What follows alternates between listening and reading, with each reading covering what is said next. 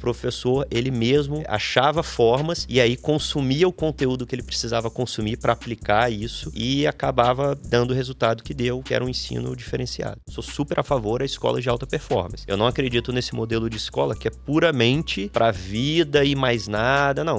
Qual é o valor da Olimpíada para uma escola? Por que é importante uma escola participar? Muito importante. Seu filho vai desenvolver uma startup, vai pensar num problema real, vai desenvolver uma solução inovadora para esse problema e vai ter que apresentar essa solução para investidores de verdade. Se fosse meu filho, eu já ia falar assim, vem aqui, filho, pra gente combinar como é que a gente vai esmagar a sua competição. Empreendedorismo não é abrir empresa. Quebra essa percepção que você acha que empreendedorismo é só para isso. Não, empreender é o quê? É resolver problema e inovar. Começa mais um MestreCast, eu sou o Alexandre do Bugras. Eu sou o Felipe Baldi. Aqui é o lugar onde a gente fala com líderes que estão, de fato, transformando a educação no Brasil e construindo o futuro da educação. E hoje nós temos um convidado extremamente especial. Nós temos Rômulo Stelm, que ele basicamente foi dono de escola, vendeu essa escola, depois criou a plataforma Estudando, onde ele ajudou centenas de escolas a preparar melhor os alunos digitalmente e criou a Olimpíada de Empreendedorismo Brasileira, que está crescendo muito rápido. Então, um cara que manja demais de educação, já navegou por várias partes dela e vai trazer pra gente o futuro aqui. Muito bem-vindo, Rômulo.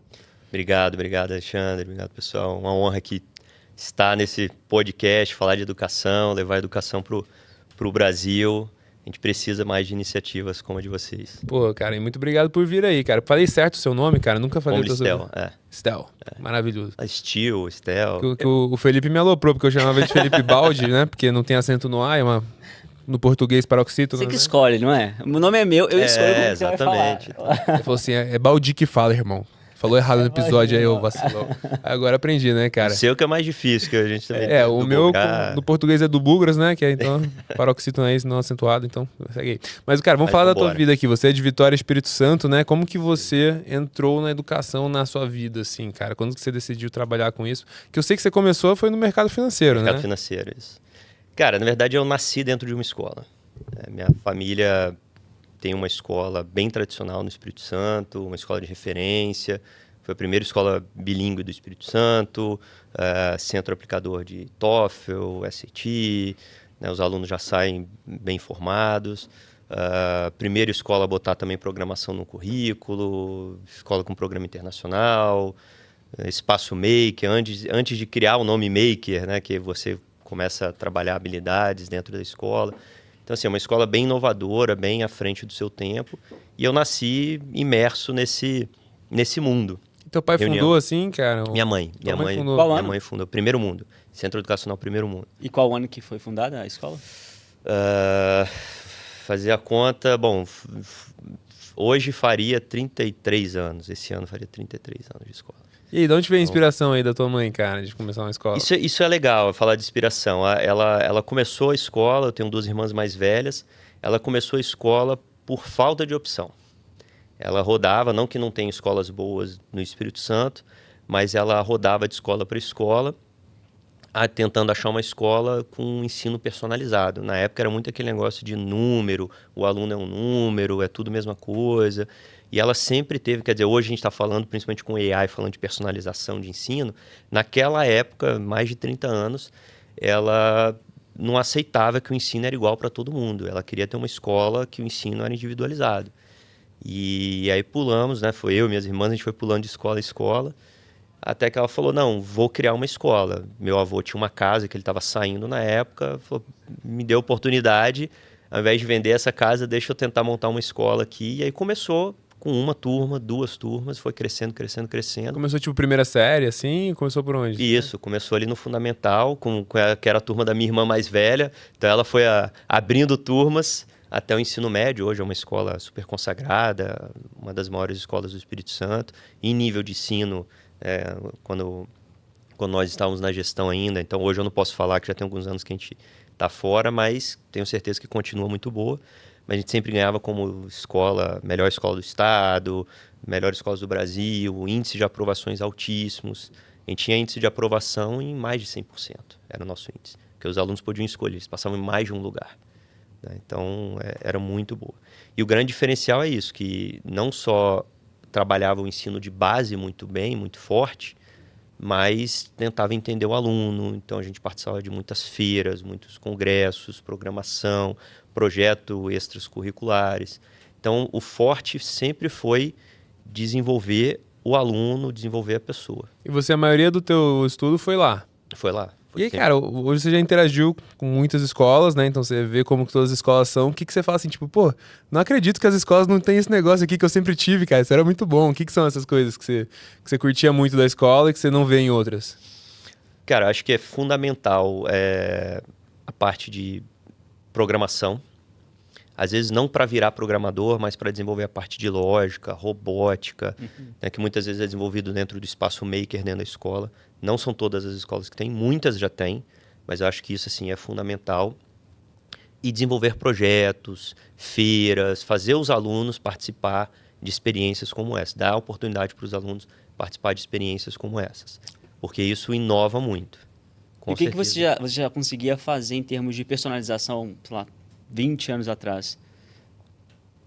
20 anos atrás.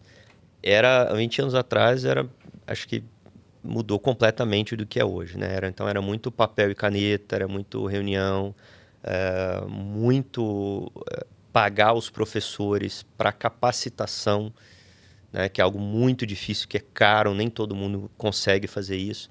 Então, assim, uma viés que a escola sempre teve é a educação interna. Tá? Então, isso, assim, acho que foi o berço da escola que fez ela ser um grande diferencial, que é você ter muita capacitação. Então, a gente fazia questão de pagar cursos profissionalizantes, pagar hora extra para o professor, para eles se capacitarem e estar sempre na frente, sempre inovando. Todo ano, a gente fazia uma vez por ano, uma semana de capacitação, que os professores, todos os nossos professores eram obrigados aí, abria para professores externos também. A gente teve até que limitar, porque assim, era muita procura.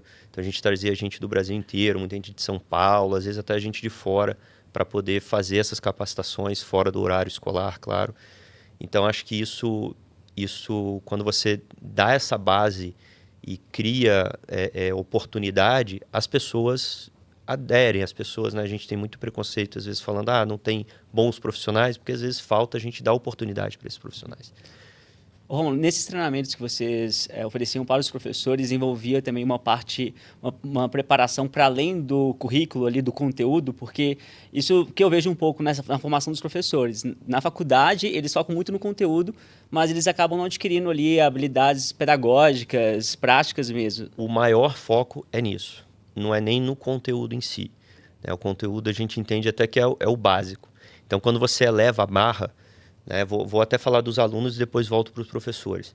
Por que a nossa escola tinha o maior índice de aprovação do Estado? Assim, de longe, um dos maiores do Brasil.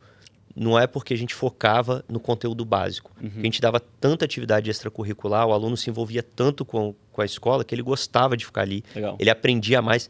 Então, a matemática, a biologia virava simples para ele. Ele não tinha mais dificuldade em estudar nisso, porque ele tinha a obrigação de estudar aquilo para poder fazer as outras coisas. Né? O professor não é diferente. Então, a maior parte da nossa capacitação profissional era o quê? Comunicação, como lidar com problema, tá? Como formas de avaliações diferentes, inovação, metodologias de ensino, metodologias ativas, porque isso o professor, ele mesmo achava formas e aí consumia o conteúdo que ele precisava consumir para aplicar isso e acabava, né, dando o resultado que deu, que era um ensino diferenciado. Cara, e os professores de vocês eram meio exclusivos, assim? Porque uma coisa que eu vejo muito é que às vezes a escola não faz a capacitação porque fala assim, esse professor que só dá 3 aulas para mim, depois ele tá em várias outras escolas, eu vou investir aqui, depois ele sai, né? Pois é, essa é a grande discussão. Eu vou capacitar e ele vai sair. Os professores não eram exclusivos, mas nós viramos um centro de referência de capacitação. Então, chegou um momento que os professores queriam trabalhar na nossa escola só para poder ter acesso a essa capacitação. Nosso congresso anual tinha vaga limitada, nossos professores tinham vaga garantida. Então, nem todo mundo conseguia participar. Então, a gente teve no começo esse conflito de, poxa, vamos investir em capacitação, depois a gente vai perder o profissional, ele vai para outro lugar. A gente quebrou esse paradigma, falou, não, vamos capacitar para a gente, se ele sair, paciência, a gente vai continuar capacitando. E, na verdade, o resultado foi melhor do que esperava. Acontece do professor sair? Acontece. Mas acontecia muito mais de professor querer entrar do que professor querer sair. Então, ao invés de você ficar assim, ah, não, eu vou capacitar e ele vai sair, eu vou perder o meu dinheiro, é tipo, pô, eu vou capacitar e os melhores professores da região vão querer trabalhar comigo. Isso aí. Aumentava a retenção. Muita retenção, muita retenção. Pô, que legal. Inclusive, professores que eram exclusivos de outra escola conseguiam exceção, às vezes, para trabalhar com a gente só por ser esse centro, né, de capacitação. Cara, e você, quando que você... Bem, você estava lá na educação, tal, estudando na escola, aí você foi fazer faculdade de... Eu fiz engenharia naval na USP. Na USP. Não quis ficar lá na UFES, não? Não quis ficar... Na verdade, o meu vestibular foi engraçado, porque quando eu fiz o vestibular, a prova da UFES e da USP foi no mesmo dia. Eu tive que escolher. Nossa, Então foi uma decisão difícil. Foi uma decisão difícil. Mas eu falei, bom, se for para UFES ou para USP, vamos tentar já a USP logo, né? Já que eu tenho que escolher, vamos já para melhor. A UFES é fantástico, mas, né, a USP é USP. Não sei se o Ale ia perguntar isso, mas enquanto você estava na escola, você já tinha esse interesse de trabalhar com educação? Cara, eu comecei trabalhando com 12 anos, quebrando parede para a escola na época das férias. Então, eu sempre quis trabalhar. Claro que, né, sempre nas limitações, mas eu sempre tentei ajudar. Nunca pensei em querer continuar na escola ou querer dar continuidade àquele projeto. Tanto que, né, vim para São Paulo, fiz USP, fui para a França fazer meu mestrado, fui para banco de investimento. E aí chegou uma hora que minha mãe falou, olha, estou precisando de sua ajuda, a escola está crescendo, né, estou precisando de um braço aqui. Comecei a trabalhar de uma forma remota ali no conselho, levando algumas tecnologias novas, né, viajando para congressos internacionais e tentando trazer coisas novas. Até que chegou uma hora que eu larguei o banco e fui pessoalmente trabalhar lá. Então, depois que eu larguei, eu fiquei mais 2 anos trabalhando e 1 ano depois, no terceiro ano, a gente fez a venda para a Inspira, né, que é um grupo, né, um grupo do BTG que comprou a operação. Continuamos ainda na escola um tempo, fazendo aquele processo, né, de transição, de gestão, e agora a gente está fora da escola. Mas, como eu falei, eu nasci dentro da escola, né, desde que eu me lembro como gente, almoço de família, sábado, domingo, era discutindo o crescimento, discutindo o professor, discutindo se vai virar bilíngue, se não vai, né, assim, todos os problemas do dia a dia, coordenador, problema com o aluno. Então, minha vida sempre foi isso. Então, foi muito natural eu começar a trabalhar na escola, né? Lógico que foi por uma questão de querer ajudar e também, né, um pedido ali, porque precisava de pessoas boas ali na gestão.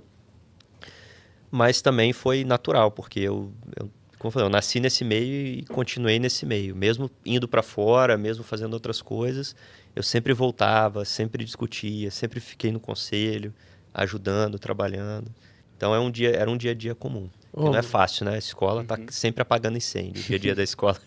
Quem tem escola sabe, né? Então, e eu tenho essa fantasia de um dia ter uma escola, e meus amigos falam assim, tipo, que eu falo assim, tipo, pô, mano, eu não gosto muito das escolas que tem e tal, quero ter uma escola para meus filhos estudarem e tal. A galera fala assim, tipo, para, cara, vai ser horrível pros teus filhos. E é isso que eu queria te perguntar, era horrível para você ser o filho do dono da escola? Olha, tinha prós e contras, eu tentava não focar, engraçado, eu tentava muito não focar nos prós para não aumentar os contras, digamos assim. Então, eu tive alguns problemas com professores, sabe, forçar um pouquinho a barra ali, falar, você é dono da escola, você não vai ter privilégio. Eu nunca pedi privilégio, mas eu tive alguns problemas, mas muito poucos. É porque também eu sempre fui um bom aluno. Eu era da galera do fundão, mas eu prestava atenção. Então, né, assim, eu gostava muito de jogar bola, fazer muito esporte, eu sempre fazia muitas atividades. Então, durante a aula, assim, cara, eu preciso prestar atenção na aula, porque eu não quero estudar depois. Então, eu prestava atenção na aula e acabava, né, me comportando sendo um bom aluno por causa disso. Mas eu acho que, assim, tudo bem conversado, tudo, né, minha mãe separava muito toda essa parte de não dar privilégios. Fez coisa errada, vai para a direção e vai sofrer qualquer penalidade como se fosse qualquer outro aluno. Né? Vai ter suspensão, vai sobre a suspensão, vai receber anotação. Então, nunca tive esses privilégios, né, que é algo da minha mãe, algo de cultura. Então acabou que isso não atrapalhou muito. Eu tive que me comportar como qualquer outro aluno. Então o conflito era mais assim, às vezes com os professores até do que com os colegas. Exato, exatamente. Os colegas não ficavam assim, tipo, não, a gente não pode contar pro Rômulo, senão ele vai contar pra Não. diretoria. Um ou outro, mas depois eles viam que não rolava Você era o nada. problema. Era do Mas já fundão. aconteceu de amigo pedir, pô, rouba lá a prova, já que você tem acesso à secretaria. Eu falei, pô, não vou fazer isso. Eu era sempre o aluno mais nerd, assim, quando eu era mais novo. E aí eu tinha mais acesso, porque às vezes os professores me chamavam pra fazer algumas coisas assim. E aí eu acabei de lembrar dessa história, que eu tive acesso à prova que a gente ia ter. Eu fiquei muito na dúvida se eu ia pegar ou não. E aí se eu pegasse, eu ia acabar aqui, eu ia compartilhar com os meus amigos mais próximos. Mas eu não peguei, não. Mas eu fiquei com muita vontade. E não conto pra ninguém. Todo mundo conta pra todo mundo, né? Ô, e aí, cara, você falou Teve que uma vez, desculpa, você falou de prova, teve uma vez que rolou uma prova de recuperação de física. Nunca contei isso pra ninguém, minha mãe nem Olha sabe. que Olha só. Exclusivo. Exclusivo. Que teve uma recuperação de física, que a prova foi muito difícil, a galera ficou de recuperação, eu não fiquei, eu tinha passado. Eu adorava física. E não é à toa que eu fui pra engenharia, né? E aí eu tive esse dilema também. Eu passei, eu vi a prova ali, eu falei, cara, será que eu pego a prova? Será que eu não pego? Aí eu falei, quer saber? Eu não vou pegar. Mas eu vi umas duas questões, as duas primeiras questões, pelas imagens, você já sabe mais ou menos o assunto que é. Aí eu não peguei a prova. Só que eu cheguei para os meus amigos que estavam de recuperação e falei assim, galera, olha só, eu sou bom de física, eu vou dar aula para vocês. Porque eu passei, tirei 10 em física, então eu vou fazer uma aula de reforço. Só que eu já sabia as duas questões. Então, mudei os números ali e dei a aula. Então, a galera que foi super bem na prova, porque eu já tinha cantado a bola ali, mas eles tiveram que estudar. Então, Ninguém assim, sabia que eu você não dei a tinha. resposta, mas né, quem se comprometeu a estudar, foi bem. E você nem falou assim, tipo, galera, confia que o paizão aqui viu a prova. Não falei Ninguém nada, sabia. não falei nada. Foi no Miguel. Falei assim, ó, vou dar aula, se vocês quiserem. Eu acho que alguns professores vão ver esse episódio. Eu acho que eu queria saber aquele professor que é sincero. Porque olha o que já aconteceu comigo uma vez numa prova de geografia. Eu estava aprendendo sobre latitude e longitude. E aí eu confundi. Eu realmente troquei. Tipo assim, eu confundi na hora da prova lá. E como eu tinha tirado notas boas com essa professora no ano passado, e ela queria que eu tirasse 100 também, a professora apagou o que eu tinha escrito, escreveu com a letra dela, só para me dar certo. Então, eu tinha aquelas vantagens também de ser um bom aluno. Você era muito puxa-saco, hein, velho? Não, tipo, meus amigos às vezes ficavam muito putos comigo, assim, porque eu tinha algumas preferências, mesmo não sendo filho do dono da escola. Caraca. Não, mas isso rola muito. Os primeiros alunos ali são os O professor, queridinhos, Mas, às vezes até tem mais preferências do que o dono da escola. Mas, Rose, eu gostava muito de você, mas não foi uma atitude muito legal, né? Mas no fim deu tudo certo. Mudou Deu tudo nada, certo, não mudou nada. Mas, cara, é aquele negócio. Não é isso que vai te fazer um bom aluno ou não, entendeu? É o que a gente até discute muito quando a gente vai em congresso de educação. Cara, o conteúdo em si não importa mais, né? É a aplicação, é o que você vai fazer, são as habilidades. Então, você mudar um conceito... Ela queria me não muda em motivar, nada, entendeu? Ela queria me entendeu? motivar ali. Putz, ele vai conseguir 100 até o final do ano. Ela sabia que eu era uma pessoa competitiva. Então, acho que é muito do professor ele também identificar o perfil do aluno e entender que, tipo, cara, aquilo lá, um ponto lá, isso não é nada, mas foi tão importante pra mim porque me marcou. Tanto é que eu tô contando essa história aqui agora, né? Sim. E às vezes é para um aluno que ele manda muito mal, mas de alguma forma o professor ajuda ele também ali, sabe? Não necessariamente dá a resposta, pode ser que seja uma boa. Hoje a educação, é claro que é super importante você preparar o aluno para a realidade, né? Então tem momentos para isso, mas hoje na educação é muito importante também você motivar, ainda mais nessa nova geração que a gente tem nas escolas, que é uma geração que é muito ansiosa, muito imediatista, qualquer coisa quer tomar remédio, e não é por aí. Então, cada vez mais é importante você saber lidar com isso. Então, assim, foi até feito um experimento numa faculdade que eles deram a mesma atividade para metade da sala, para todo mundo da sala. Metade da sala, a atividade era muito fácil e a outra metade era impossível. Não dava para resolver. Era uma atividade simples de trocar palavras, né, e formar novas palavras com as letras que você tem ali. Assim, davam linhas com algumas letras e você precisava transformar palavras com as letras que ela te dá. simples, né? Nada demais. Uma faculdade, imagina. De um lado da sala era só... Assim, tava na cara o que você tinha que fazer. Do outro lado eram letras que faziam combinações impossíveis de palavras. E aí depois, né? Galera, então quem terminou aqui? Metade da sala levantou a mão, a outra metade não levantou.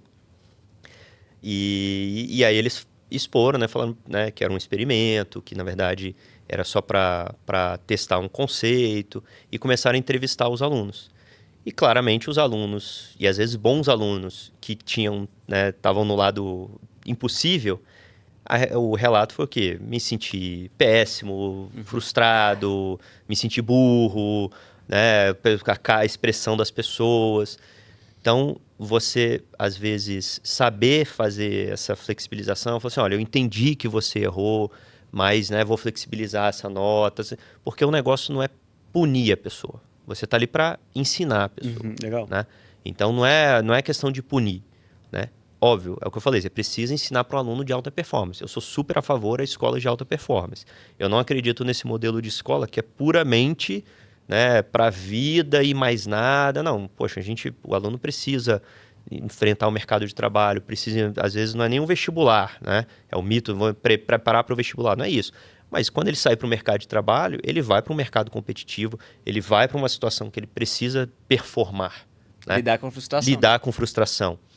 Mas também tem um momento que vai sentar com ele e falar assim, gente, não é porque você errou aqui uma vírgula que eu vou anular sua questão inteira. Todo mundo acho que já deve ter passado por essa situação.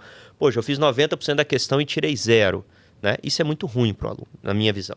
Porque você precisa falar, poxa, você fez toda a questão, no final você errou uma divisão e eu vou anular a sua questão inteira. Não, ó, você errou aqui, presta mais atenção, então não vou te dar a questão inteira, mas vou te dar uma parte da questão, Legal. que é mais ou menos o que a professora fez com você. E isso te marcou, falou, poxa, legal, eu sabia que era isso, né, errei, mas né, continuou te motivando, você continuou estudando, virou um bom aluno, chegou onde chegou, e é isso, é você saber motivar nas horas certas e saber educar nas horas certas. Eu tive uns professores na faculdade que eles tinham uma metodologia que era o pró-choro, assim, né? Que era tipo, quando entregava a prova, a primeira correção, errou a 0.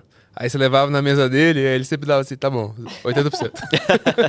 Que ele falava assim, tipo, cara, se você não vier aqui brigar pela tua nota, eu não vou dar ela pra você de graça, tá ligado? Você como um bom negociante ali, né? É, eu chegava assim, professor, mas porra, veja bem o jeito que eu pensei aqui e tal, tudo mais. Eu mostrava pra ele, ele falou assim, então beleza, então eu dou aqui tua nota, beleza. Já a política da minha faculdade era 0-0. Errou, foi chorar, continua 0. O pessoal era duro. Era duro, sofrido. Nossa senhora. Mas e aí, qual que é a tua opinião, cara? Aquele professor, qual que era a média lá na USP? 5. 5. Pô, tu meteu aquele 4,5, né? Professor que te reprova, é vacilão? Ou, porra... Cara, lá com 4,9 se reprovava. Mas aí, você acha que tem que reprovar mesmo ou não? Cara, eu acho que é o que tem que analisar caso a caso. Porque 5 já é uma média teoricamente baixa. Porém,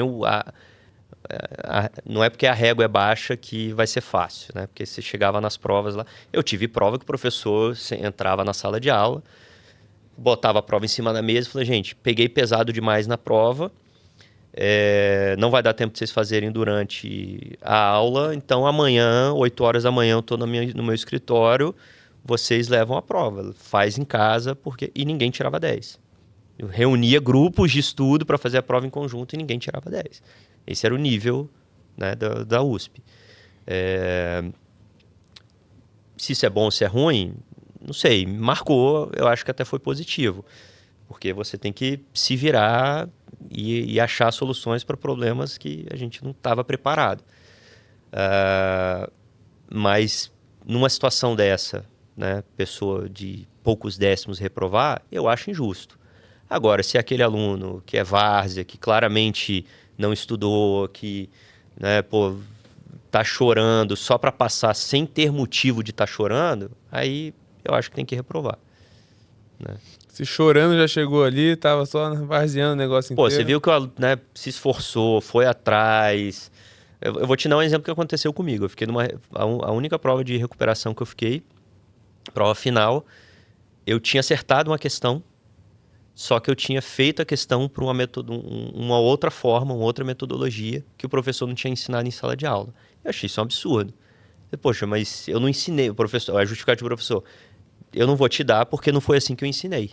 Falei, tudo bem, mas eu cheguei no resultado correto E eu usei uma metodologia de um livro que está na bibliografia da disciplina. Eu fui na biblioteca, eu não estava aprendendo. Professor Ivo von Dreyfus.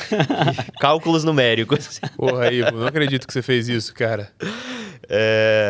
Essa matéria eu achei meio chata na faculdade. Nossa, é difícil. Oh. E eu era até bom porque eu achei um outro livro de um autor russo, sei lá, e estudava por esse outro livro, que ensinava a fazer de outra forma. Era o processo de resolver, o passo a passo era completamente diferente.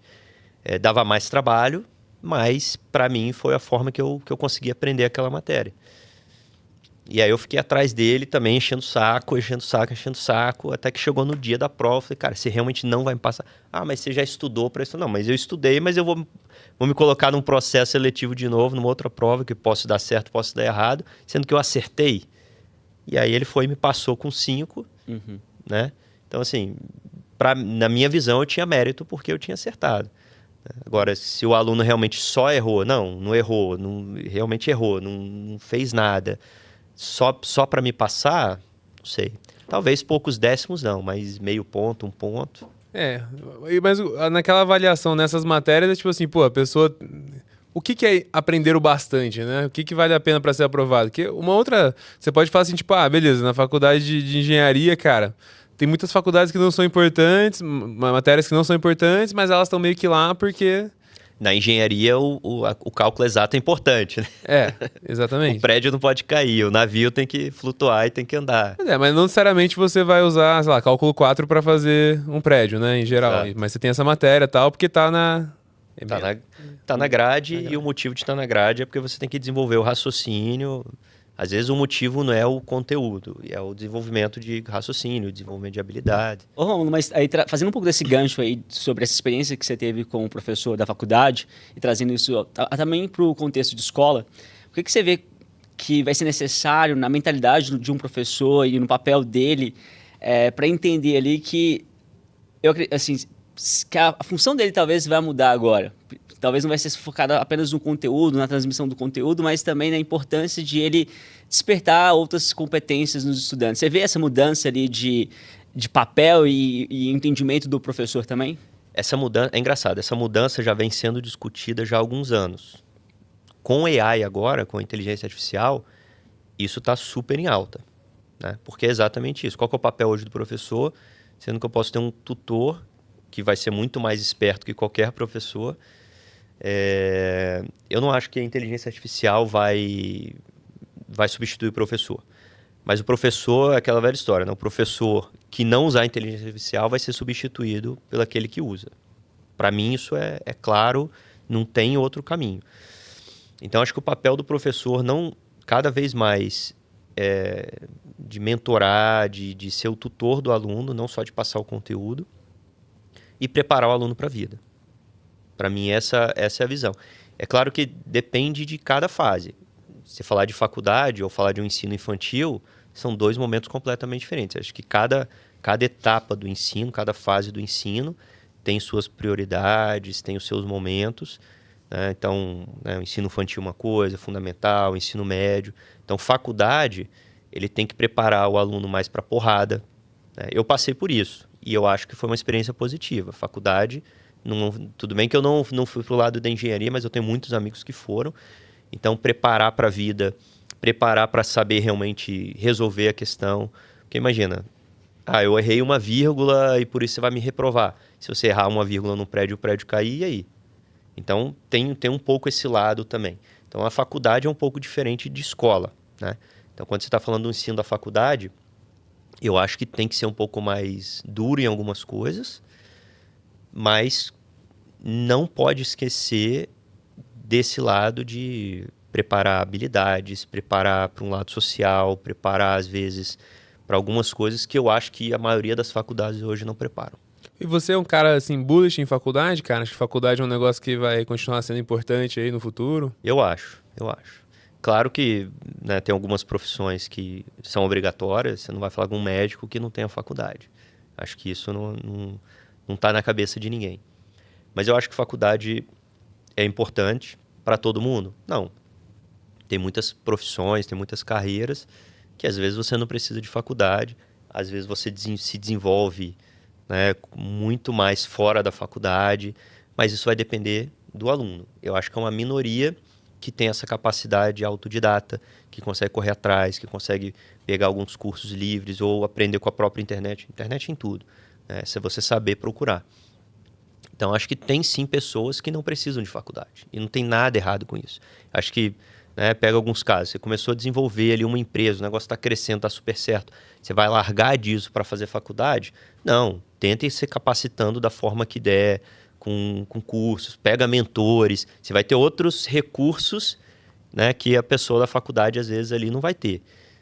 Acho que capacitação é importante para todo mundo. Mas, na maioria, eu acho que a faculdade ainda é importante.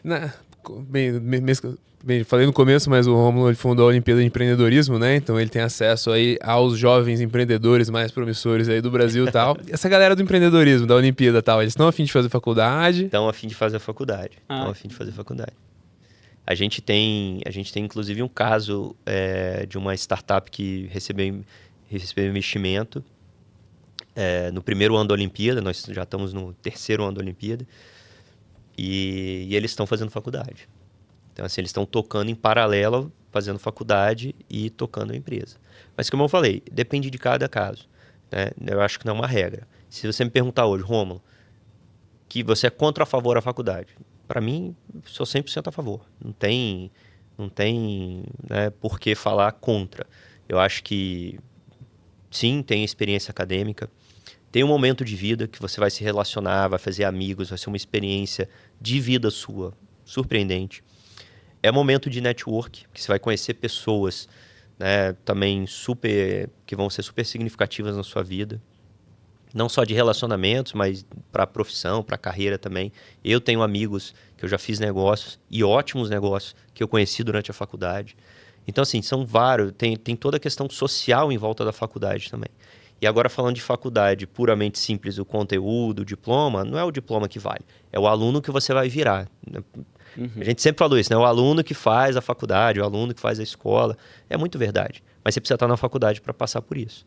Mas se você é o cara que teve a oportunidade de mercado de trabalho, de um intercâmbio, de uma profissão, até mesmo de empreender e começar um negócio, tudo bem. Se o negócio está indo bem, você não precisa largar o que você está fazendo para ir para a faculdade. Está dando certo, continua.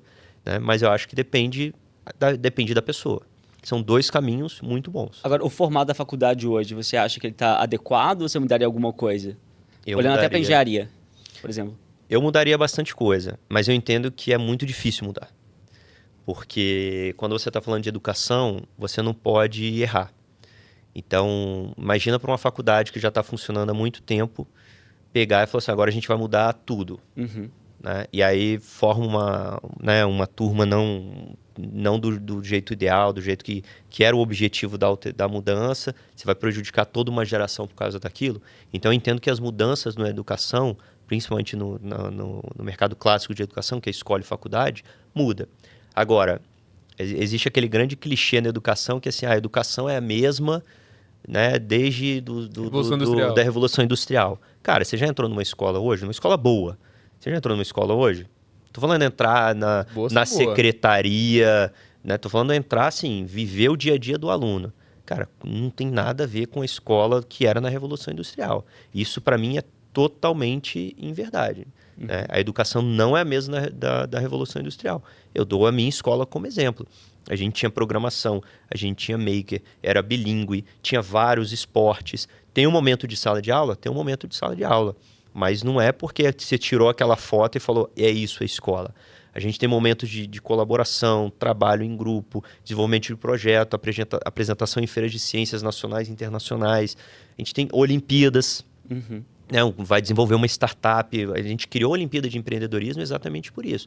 Então, eu nasci dentro de uma escola, eu peguei aquela experiência e falei, como que eu posso pegar essa experiência, né, de projeto, de colocar o aluno como protagonista, que é um problema que às vezes a escola passa, né, de protagonismo do aluno, e dar ferramentas para eles desenvolverem algo que ele gosta, e dessa ideia nasceu a Olimpíada de Empreendedorismo. Então surgiu da escola? Surgiu da experiência da escola.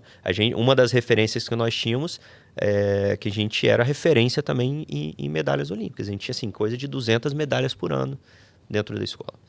Só para você ter uma ideia, quando a gente vendeu a escola para essa outra rede, eles tinham, se eu não me engano, cerca de 80 e poucas, 80 e alguma coisa escolas já dentro da rede. A nossa escola sozinha tinha mais medalha olímpica do que a rede inteira junta de escola deles. Qual que é o valor da Olimpíada para uma escola? Por que é importante uma escola participar? Muito importante, em diversos aspectos.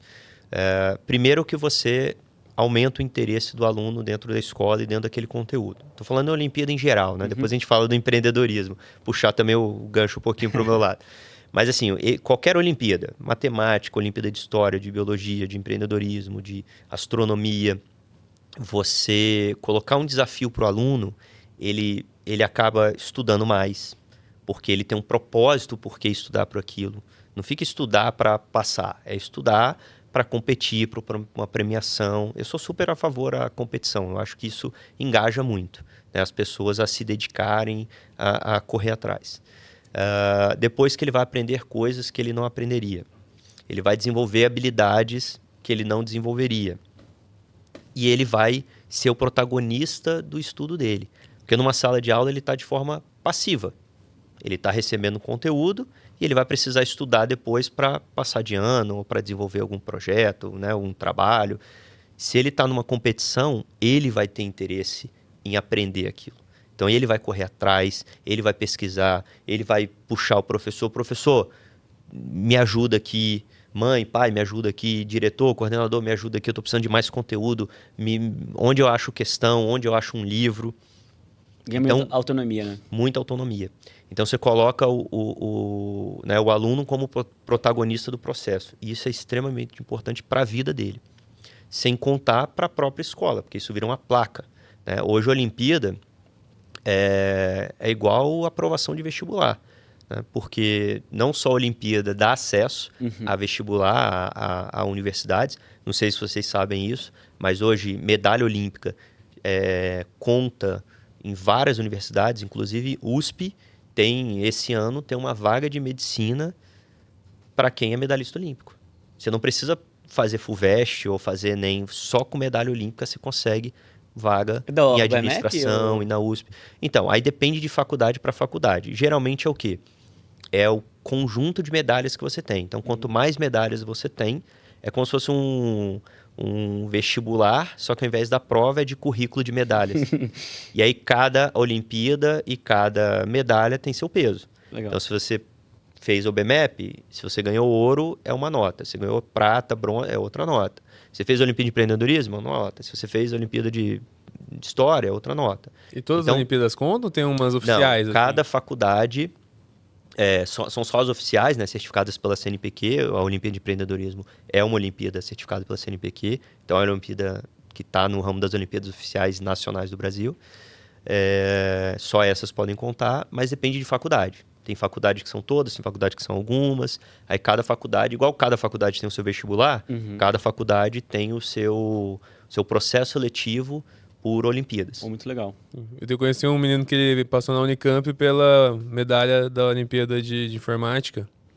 Aí lá eu acho que a de Informática conta mais que as outras, né? Para fazer ciência da computação, por exemplo. Então, isso depende, como eu falei, depende. Eu sei que BMEC tem, FGV são várias faculdades que tem. Unicamp, USP, então são muitas faculdades. Vou chutar aqui, não tenho esse número de cabeça, mas eu chutaria que deve ser umas 40 instituições hoje no Brasil, e geralmente são instituições de peso, que você consegue só com medalha olímpica, só com medalha de Olimpíadas da escola, quer dizer, o seu currículo da escola, contando para você entrar na faculdade. E o legal é que não é tão concorrido, porque poucas pessoas sabem disso. Às vezes a pessoa tem a medalha e não aplica. Né? Então, sempre vale a pena tentar. Né? Claro que você não vai estudar, vai deixar de estudar para só esperar passar por Olimpíada. E tem algumas faculdades que variam a nota, o peso pelo curso. Então, a administração vai ter, né, algumas Olimpíadas vai ter um peso maior. Né? Então, o Unicamp eu não tenho certeza, mas pode ser assim. Às vezes a Olimpíada de Informática, o peso é muito grande para... Na computação, né? Na computação, exatamente. Eu achei interessante isso também, porque o menino falou assim, tipo, cara, eu achei animal que tinha esse negócio de vaga olímpica, porque eu era horrível nas outras matérias e consegui entrar no Unicamp. Pois é. Pois é. E valorizou, né? Ele era Valorizou. extremamente bom em uma coisa. Valorizou o aluno, valorizou a escola, né? Motivou ele. E outra coisa, ele vai fazer algo que ele gosta. Realmente não precisava saber das briófitas para ser um bom cientista da computação, né, cara? Exatamente. Cara, e por que várias escolas não têm a preparação para a Olimpíada? É difícil você ter preparatório de Olimpíada nas escolas? É difícil você rodar uma Olimpíada? Não é difícil. Não é difícil. Se é uma Olimpíada bem organizada, e hoje tem muitas Olimpíadas boas no Brasil, não é difícil você rodar. Qual que é a dificuldade da escola? Às vezes a escola simplesmente não está olhando para isso. Então, né, fica a dica aí para muitas escolas, gente, coloca a Olimpíada. É simples, é barato, o investimento é baixíssimo. Mesmo as Olimpíadas pagas, sempre você vai pagar a Olimpíada. Se ela é gratuita, você vai ter que comprar a medalha, pagar o evento. Mas assim, é um investimento muito baixo, não vai impactar em nada no resultado financeiro da escola e vai trazer assim, uma oportunidade incrível para os alunos. Só para ter uma noção aqui, o público, quanto que é mais ou menos a de Olimpíada, de empreendedorismo, se uma escola quer participar? Então, a Olimpíada de Empreendedorismo, ela custa R$ 2.900 para a escola inteira, o ano inteiro. Não, pera. Sem limite de alunos. A escola inteira Engasgou aqui. paga R$ 2.900 É uma taxa uma vez por ano. Por ano. E ela recebe medalha, ela recebe troféu, ela recebe todo o portal de conteúdo para os alunos, para o professor. Eu já fui em escola com um troféuzinho da Olimpíada de Empreendedorismo. Já Tava foi? Lá exposto, já foi. É, legal, né? Dá muito orgulho, foguetinho, né? Placa de escola empreendedora, selo de escola empreendedora, certificado para todos os alunos. Não, é um camiseta investimento muito bom para a escola. Porque é uma forma da escola antecipar o valor que ela gera para os alunos, né? Exatamente. Ela precisa esperar ali o vestibular, né? Falar, nossa, nossa escola aqui aprova muito o vestibular. O pai já consegue saber como que o aluno está se comparando com o restante do Brasil, né? Exatamente. A escola vai ter uma resposta direta quando o pai chegar e perguntar assim, tá, mas o que você está preparando meu filho para o futuro? Como que você está preparando meu filho para o futuro? Pronto. A gente tem Olimpíadas, a gente tem oficinas, seu filho vai desenvolver uma startup, vai pensar num problema real, vai desenvolver uma solução inovadora para esse problema e vai ter que apresentar essa solução para investidores de verdade. Como que é essa dinâmica? Pelo vi ali é uma experiência, na verdade. É uma experiência. Como que é? Como funciona? É uma Olimpíada muito mão na massa, uma Olimpíada prática. Então, assim, diferente de outras Olimpíadas que você vai lá e faz uma prova, os alunos, eles fazem o quê? Eles formam grupos, equipes, né? Então, sempre vão aprender a trabalhar em equipe, trabalhar em grupo. Desenvolver um projeto de uma startup. Por que eu falo projeto? Porque você não precisa ter um CNPJ, não é esse o objetivo, né? Lidar com a parte burocrática. Mas pegar um problema real e achar uma solução inovadora para esse problema e apresentar. Então, a gente trabalha a parte de ideação com os alunos, né, pensamento crítico, desenvolvimento de soluções, e aí eles pegam e apresentam essa solução. Sabe aquele programa Shark Tank? Cara, é um Shark Tank que a gente cria dentro da sua escola. Então, a sua escola vai ter um Shark Tank, uma batalha de startup, pode inclusive chamar os pais para assistir. Não, tem jurados muito legais, né? Quem foram os jurados? A gente já teve Cris Arcangeli, Janguier, Davi Braga, Professor Noslen, Dani Molo do canal Você Sabia, que é o maior canal de educação do mundo, né? Os caras têm mais de 70 milhões de inscritos nas redes sociais deles. Então, assim, a gente pega sempre pessoas de referência do mercado de educação ou de empreendedorismo, finanças, grandes empresários para ser jurados. Mas o legal é o quê? Que é a primeira etapa dentro da escola. Então, todo mundo pode participar. Por isso que a taxa fica muito barata. Eu não cobro por aluno, ou por equipe, ou por startup, ou por projeto. É por escola. Então, você vai pagar R$ 2.900, vai sair menos de R$ 300 por mês para a escola inteira. Do fundamental ao médio. Já com troféu, com premiação, com tudo. Então, assim... Aí depois tem uma disputa nacional? Primeira etapa é dentro da escola, que é a etapa local. Depois tem a semifinal, que é uma etapa online.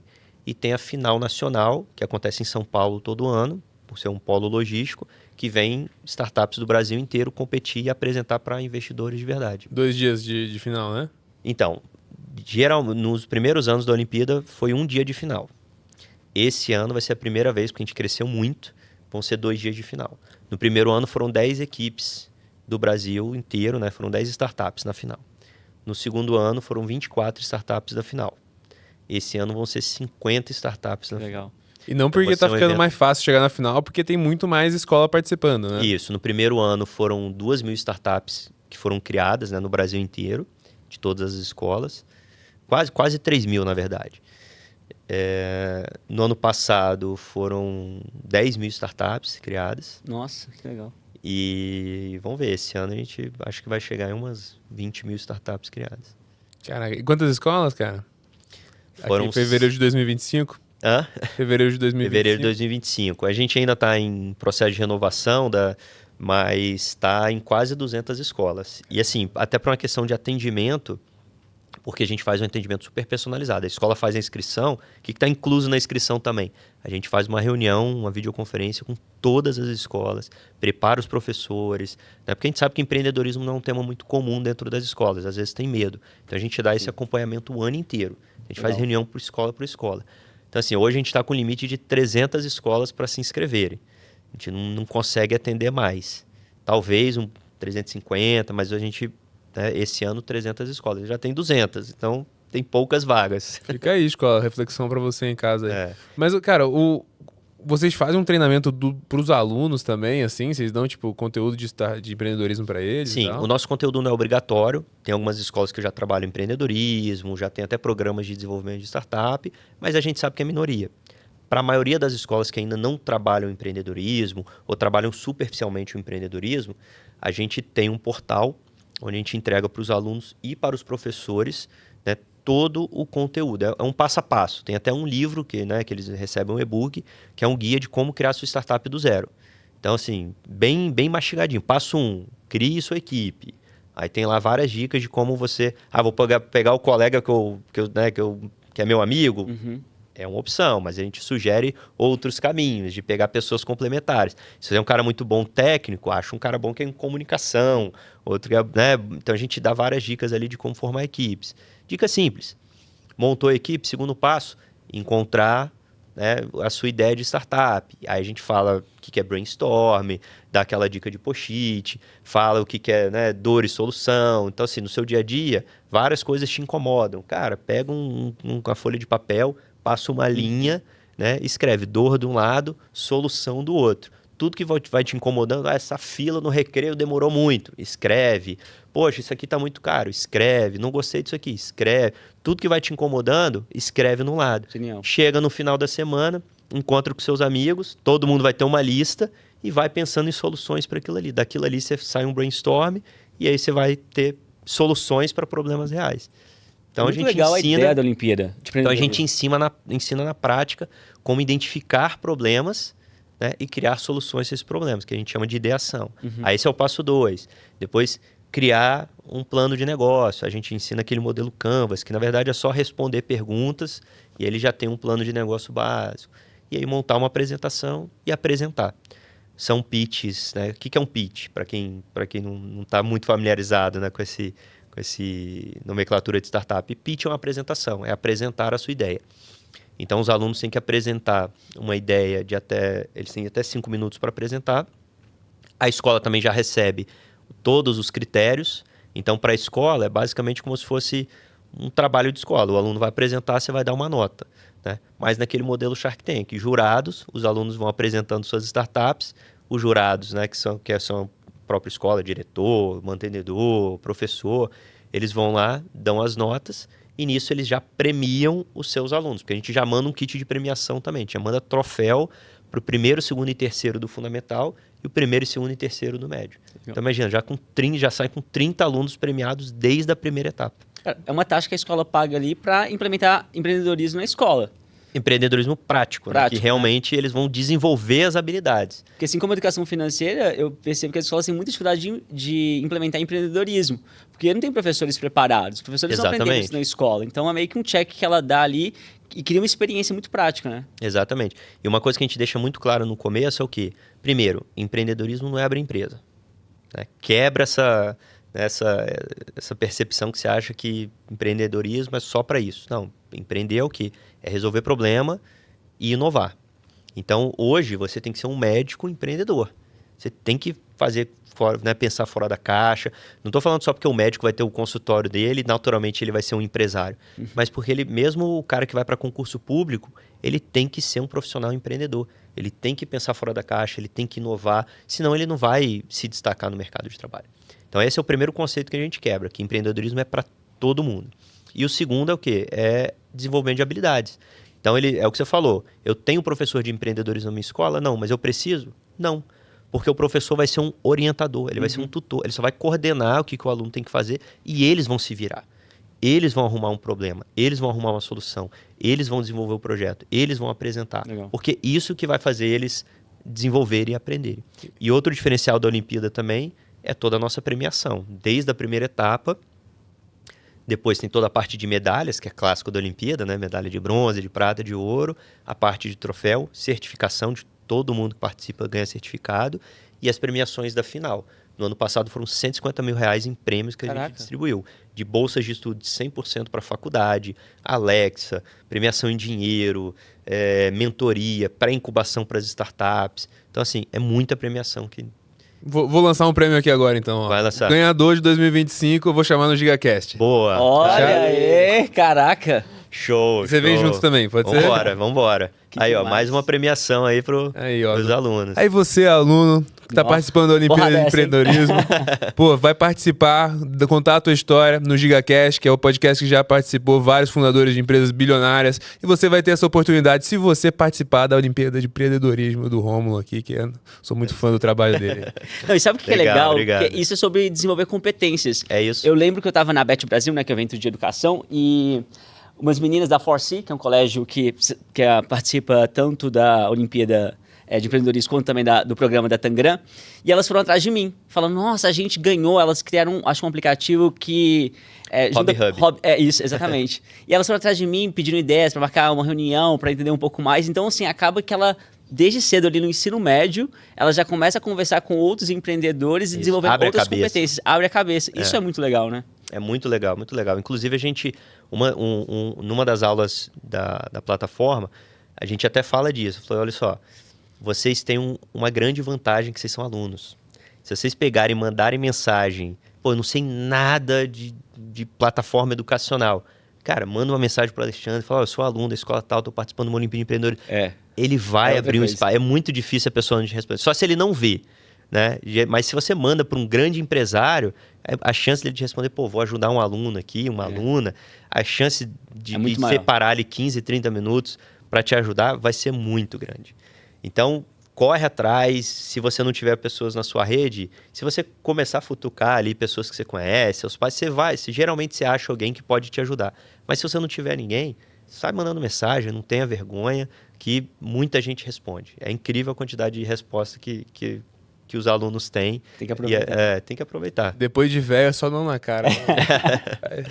E essa startup, engraçado, essa startup que recebeu investimento, a gente também não sabia, eles foram na Bet atrás da gente, a gente estava com o stand lá, para falar que eles participaram da Olimpíada, no primeiro ano da Olimpíada, ganharam, ficaram em primeiro lugar da escola, não passaram para a final.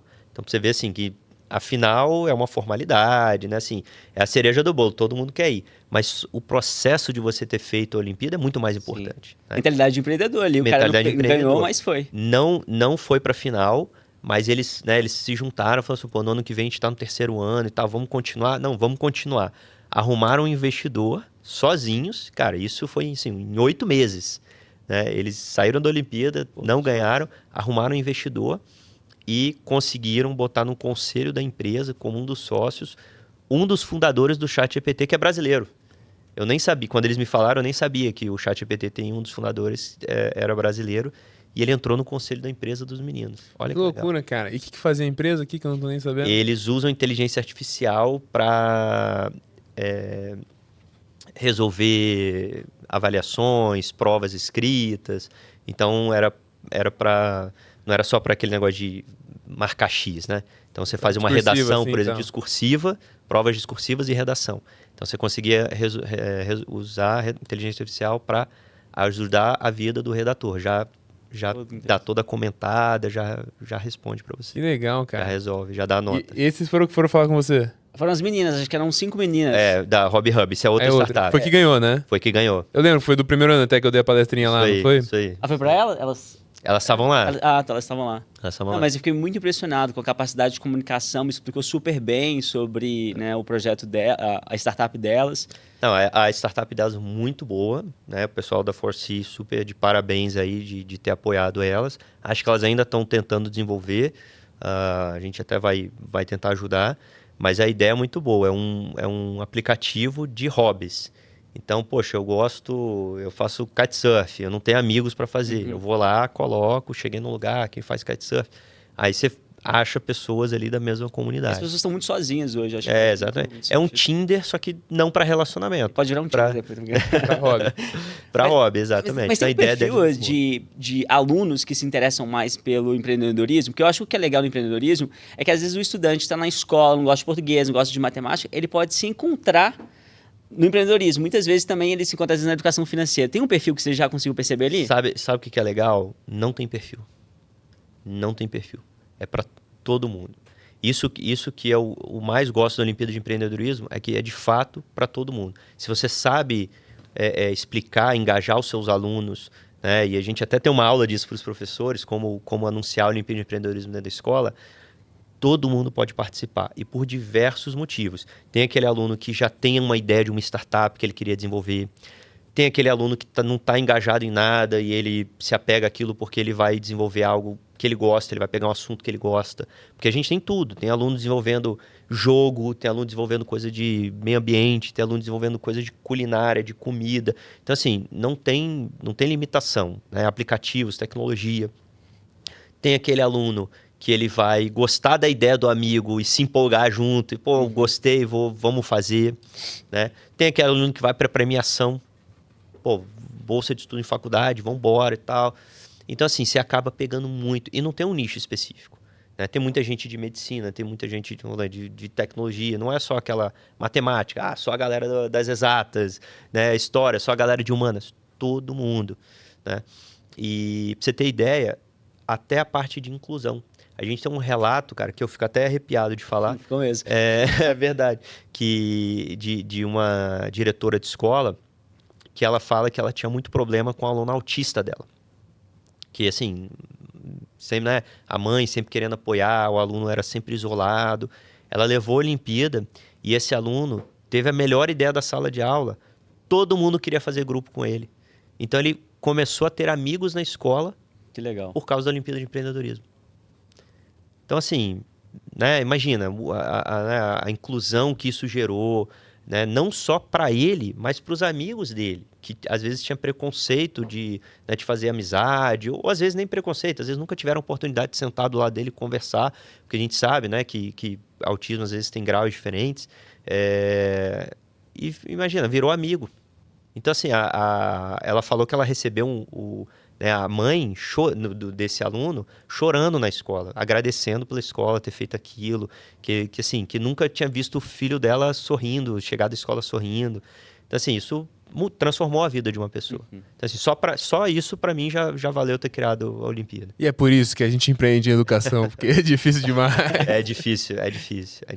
Ô, cara, rola da galera querer roubar a ideia um do outro na escola, assim? Tem alguma regra nesse sentido aí? Cara, a gente prevê isso no edital. Tem muita escola que, ainda mais quando o mantenedor, o dono é um cara mais empreendedor, investe em outros negócios também. E se meu aluno tiver uma ideia, como é que eu faço para não roubar? Como é que eu faço para... A gente até teve que intermediar alguns casos nesse sentido. A gente, como, né, gestão da Olimpíada, é claro que a gente tenta, né, a gente é sempre imparcial, a gente sempre segue o regulamento e a gente tem que prever. Uma coisa que a gente deixa muito clara é que, assim, se um professor, alguém roubar, vai ser altamente punido e a gente, como Olimpíada, a gente vai, né, acionar, a gente dá todo esse apoio jurídico. Mas uma coisa que a gente fala que isso, assim, isso já é muito praxe no mercado de startup, Sim. e vocês sabem que não é a ideia que vale muita coisa. A ideia, claro que é importante, mas é a execução da ideia.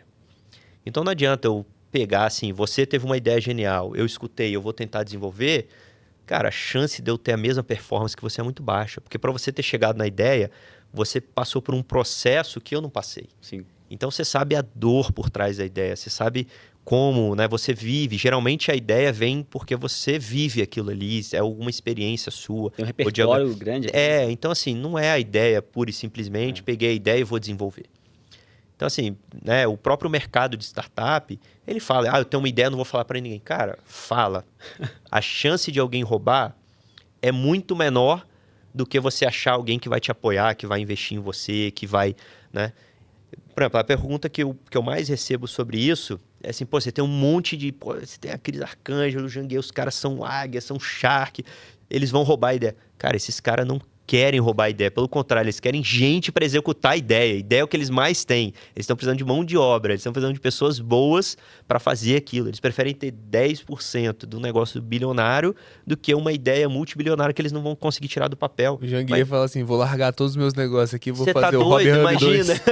Hobby Hub 2 aqui, ó. Para abrir um aplicativo não vai acontecer, gente, isso não vai acontecer. Pelo contrário, você tem esse pessoal do seu lado que tem oportunidade de investir em você. Então, assim, a Olimpíada, né, o foco da Olimpíada não é tirar essa ideia do papel, é dar essa experiência para o aluno, é empreender. A gente, como empreendedor, a gente sabe.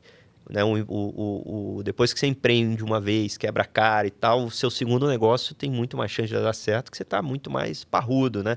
Você já aprendeu várias coisas. Então, a Olimpíada de Empreendedorismo, querendo ou não, é essa experiência que a gente entrega. Já essa é a primeira empreitada do aluno. Não que ele vai quebrar a cara, até porque muitas vezes ele não tira essa ideia do papel. Mas vira uma vitrine. Então, tem startup que já recebeu investimento, tem startup que já vendeu a ideia e ganha royalty, entendeu? Tem startups que estão em negociação. Então, né? Mas É só o entre, começo. mas entre os alunos, assim, não tem uma... Sei lá, o cara viu assim, tipo, pô, o mano autista lá teve uma puta ideia, ele não quer fazer grupo comigo, vou roubar a ideia dele. Então. Não, então, o que já teve... Olha que é treta aqui, ele quer saber da treta. O que já rolou é o aluno queria fazer grupo e aí tirou o amigo dele para botar outra pessoa, mas de roubar a ideia, não. Teve um caso, foi até no primeiro ano, que, né, os alunos separaram, a ideia era minha, não, a ideia era minha e tal, mas no final eles se entenderam e até voltaram e fizeram um grupo juntos.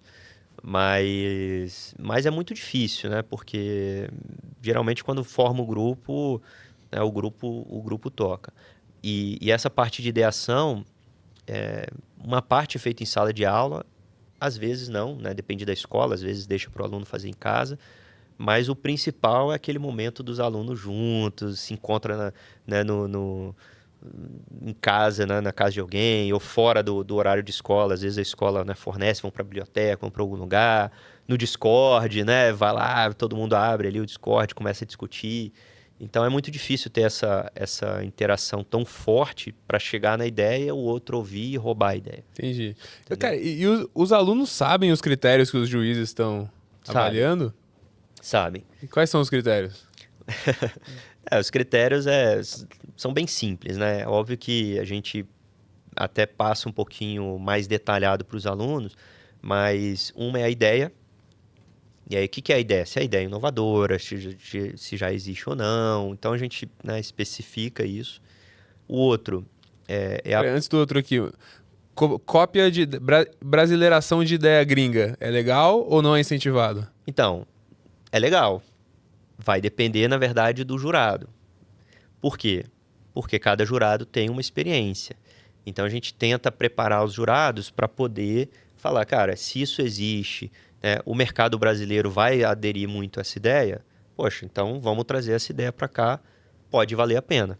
Inclusive, tem fundos de investimentos que só investem nisso, né, em copiar ideias que deu certo em outro lugar e, por exemplo, trazer para o Brasil. Então, não é que é uma ideia ruim, mas vai depender um pouco ali dos jurados. O jurador é um tipo de investidor ali, né? Porque ele também vai usar repertório, se ele acredita que Exatamente. tem chance de ir para frente ou não. Exatamente. O que mais que ele avalia, então? Então, né, um critério é a ideia. Segundo critério é a apresentação. Então, se a apresentação está clara, se passou por todas as informações importantes, a dinâmica de grupo. Então, a apresentação em si. O outro é a equipe. E aí, falar de equipe, né, de escola é um pouco mais difícil, mas a gente analisa assim, principalmente quando vai fazer perguntas. Porque como é que funciona? Né? Só um parêntese. A startup tem 5 minutos para apresentar e depois a equipe avaliadora tem mais 5 ou 10 minutos, dependendo da escola, para fazer perguntas. Então, a equipe geralmente é analisada o quê? Soube responder as perguntas, né? Entende do mercado, foi atrás, correu atrás, realmente entende daquele mercado que você está desenvolvendo, ou da solução, ou do cliente. Então, vai fazer perguntas para entender melhor se o aluno está preparado para desenvolver aquela ideia. Né? Então, ideia, apresentação, equipe, mercado. É um mercado grande, não é um mercado grande, vai impactar muita gente. A gente chama ali de, né, impacto da ideia, impacto social e tamanho de mercado.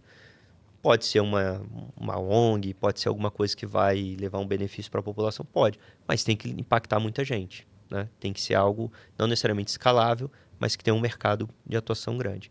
E o último critério a gente deixa mais subjetivo, que a gente faz uma pergunta para o avaliador. Fala assim, você como um investidor, de 0 a 10, você, né, de 1 a 10, quanto você investiria? De tudo que você viu, ou quanto que você investiria nessa ideia? Porque aí ele meio que soma ali tudo que ele viu, soma todos os critérios, experiência pessoal. Então, são esses os critérios que são avaliados. Cara, e eu sei que quando vocês estão fazendo a final ali, por exemplo, vocês colocam um público bizarro para assistir, né? Muito, muito. Então, no primeiro ano que foi... Né, imagina, a gente tinha acabado de criar o nosso YouTube, tinha 50 inscritos no YouTube, deu 4.000 pessoas ao vivo assistindo. E, são os alunos que acompanham? Cara, dá de tudo. Engraçado, o próprio YouTube às vezes, né, dá uma alavancada ali, porque dá um público bacana. Deu mais de 16 mil comentários no primeiro ano. Galera torcendo, as escolas torcendo. As próprias escolas que participam mandam para os pais, todo mundo acompanha. Tem escola que põe telão na escola, se reúne para assistir. Então é muito bacana. No segundo ano, a gente fez uma parceria junto com o pessoal do Você Sabia, que eles divulgaram a gente também. Deu 154 mil pessoas assistindo ao vivo. Caraca. Então imagina sua escola ali, seu aluno... Né, com uniforme, alta a gente projeção, sempre fala, né? muita projeção. Dá pra vender propaganda da Friboi daqui a pouco já, velho. Essas lives de 2020. 150 mil pessoas assistindo online. Então tem muita gente interessada, né? Quem quiser patrocinar a Olimpíada, né, a gente consegue chegar a esse valor de inscrição porque a gente tem patrocinador. Então, quem quiser, a empresa que quiser já patrocina o Mastercast também. Né? Até porque o vencedor da Olimpíada vai vir aqui já traz o patrocinador, já faz. Aí tamo feito, velho. Mas aí, cara, como... traz muito, muito valor, assim, para os alunos também, né? Quanto mais audiência tiver, quanto mais isso te trouxer status para os alunos, mais fica legal dentro da escola, né? Sem dúvida, sem dúvida. E assim, é um conjunto de fatores. Né? A gente não botou mais de 100 mil pessoas assistindo online porque é algo que é midiático, todo mundo conhece. Não, porque é interessante. Né? Então, assim, o aluno, para começar, ele desenvolveu projetos legais. Pra você ter ideia, quem que ganhou no ano passado? Foram no Fundamental, foram alunos do 8º ano, lá do Rio Grande do Sul, que desenvolveram um mecanismo, e eles realmente desenvolveram, levaram lá um mecanismo mostrando para prever enchentes e inundações a partir da chuva. Então ele consegue prever com uma certa antecedência e já comunicar, soltar alerta antes dos mecanismos que existem hoje. Sabe quando você recebe aquele alerta no celular? Né, cuidado, né, alerta de chuva, cara, chuva já tá ali estourando, já tá tudo alagado. Então a ideia é prever com antecedência, a partir de dados estatísticos, né? Pô, imagina um aluno de 8º ano falando disso. Gente, na engenharia talvez eu não conseguiria desenvolver. Então, imagina o potencial que isso levou e isso atrai muito para o aluno. Então, como você falou, é desde todo o desenvolvimento de programação, Arduino, né, tudo que ele levou para chegar até ali e assim, as competências que eles vão desenvolver de apresentação, que era um aluno assim, super, eu sou nerd, né, eu falo isso com orgulho porque eu acho que eu gosto de ser nerd, né, você falou também, e esse aluno era super nerd e assim, apresentando, falando, poxa, eu tinha super dificuldade em falar em público, participar de um podcast, assim, naquela época, Deus me livre, eu tinha medo. E não, a gente, né, o aluno vai superando, apresenta para os pais, apresenta para a escola, apresenta para o professor, vai crescendo até que no final ele está apresentando para 150 mil pessoas, apresentando para o Dani Moura, Matheus Tomô, Davi Braga, quer dizer, professor Noslen, está apresentando para grandes nomes e assim, dando show, apresentando melhor que muito adulto. Então, é todo o desenvolvimento que ele vai ter até lá. Sabe o que eu fico pensando? Você já viu muitos resultados, o impacto ali do trabalho que você está fazendo. Mas, cara, acho que em 5 anos, ou menos assim, você vai começar a ver esses caras que estão no 8º ano, saindo do ensino médio, começando a criar empresa. Acho que eles vão querer falar aí com você ou com a organização de alguma forma e ver realmente a sementinha que vocês conseguiram plantar, Com certeza, de fato, né? com certeza, com certeza. Até porque eu falei, essa parte de desenvolvimento de habilidades é o que a gente vê que é o mais importante. Né? Essa comunicação, apresentação, fora a parte técnica que ele acaba desenvolvendo. A gente tem um caso no primeiro ano da Olimpíada, né, você estava até lá, tinha uma aluna que ela teve um ataque de pânico ali durante a apresentação. Né? Imagina, durante a final, teve um ataque de pânico, tá, né, na hora de apresentação, que a gente sabe que é difícil subir no palco, falar para uma audiência, para um público. E eles ganharam, né, foram um dos medalhistas de ouro. Não é só um primeiro lugar, né? Então a gente tem alguns medalhistas de ouro, prata, bronze. Então eles foram um dos medalhistas de ouro. E como premiação nós levamos eles para a BET.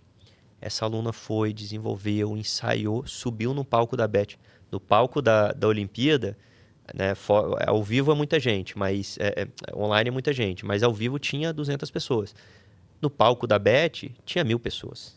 E ela subiu e apresentou. A mesma aluna que teve um ataque de pânico e não conseguiu apresentar, se superou. Que animal, velho. Entendeu? E aí subiu no palco da BET, porque nós fomos convidados, né, para palestrar na BET. A gente falou, BET, a gente vai fazer melhor.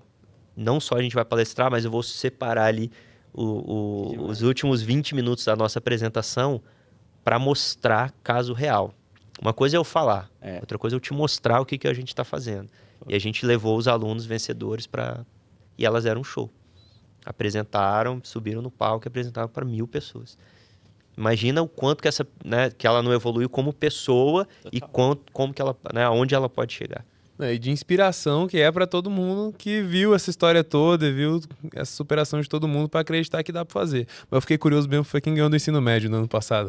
Do ensino médio. Do ensino médio foram alunos de escola pública da Serra, do Espírito Santo, que eles desenvolveram um aplicativo para aprender linguagem de sinais, Libras. Então, o pitch deles foi muito... A ideia parece simples, né? Vou ensinar as pessoas. Mas o pitch foi muito bom. A construção foi muito boa. Então, a ideia, que é uma ideia relativamente simples, o que eles conseguiram mostrar no pitch deles? Que, primeiro, que é um problema muito grande. Né? Quando você pega quem precisa se comunicar com essas pessoas, porque não é só a pessoa que tem problema de fala ou de audição que precisa aprender. É todo o entorno dessa pessoa.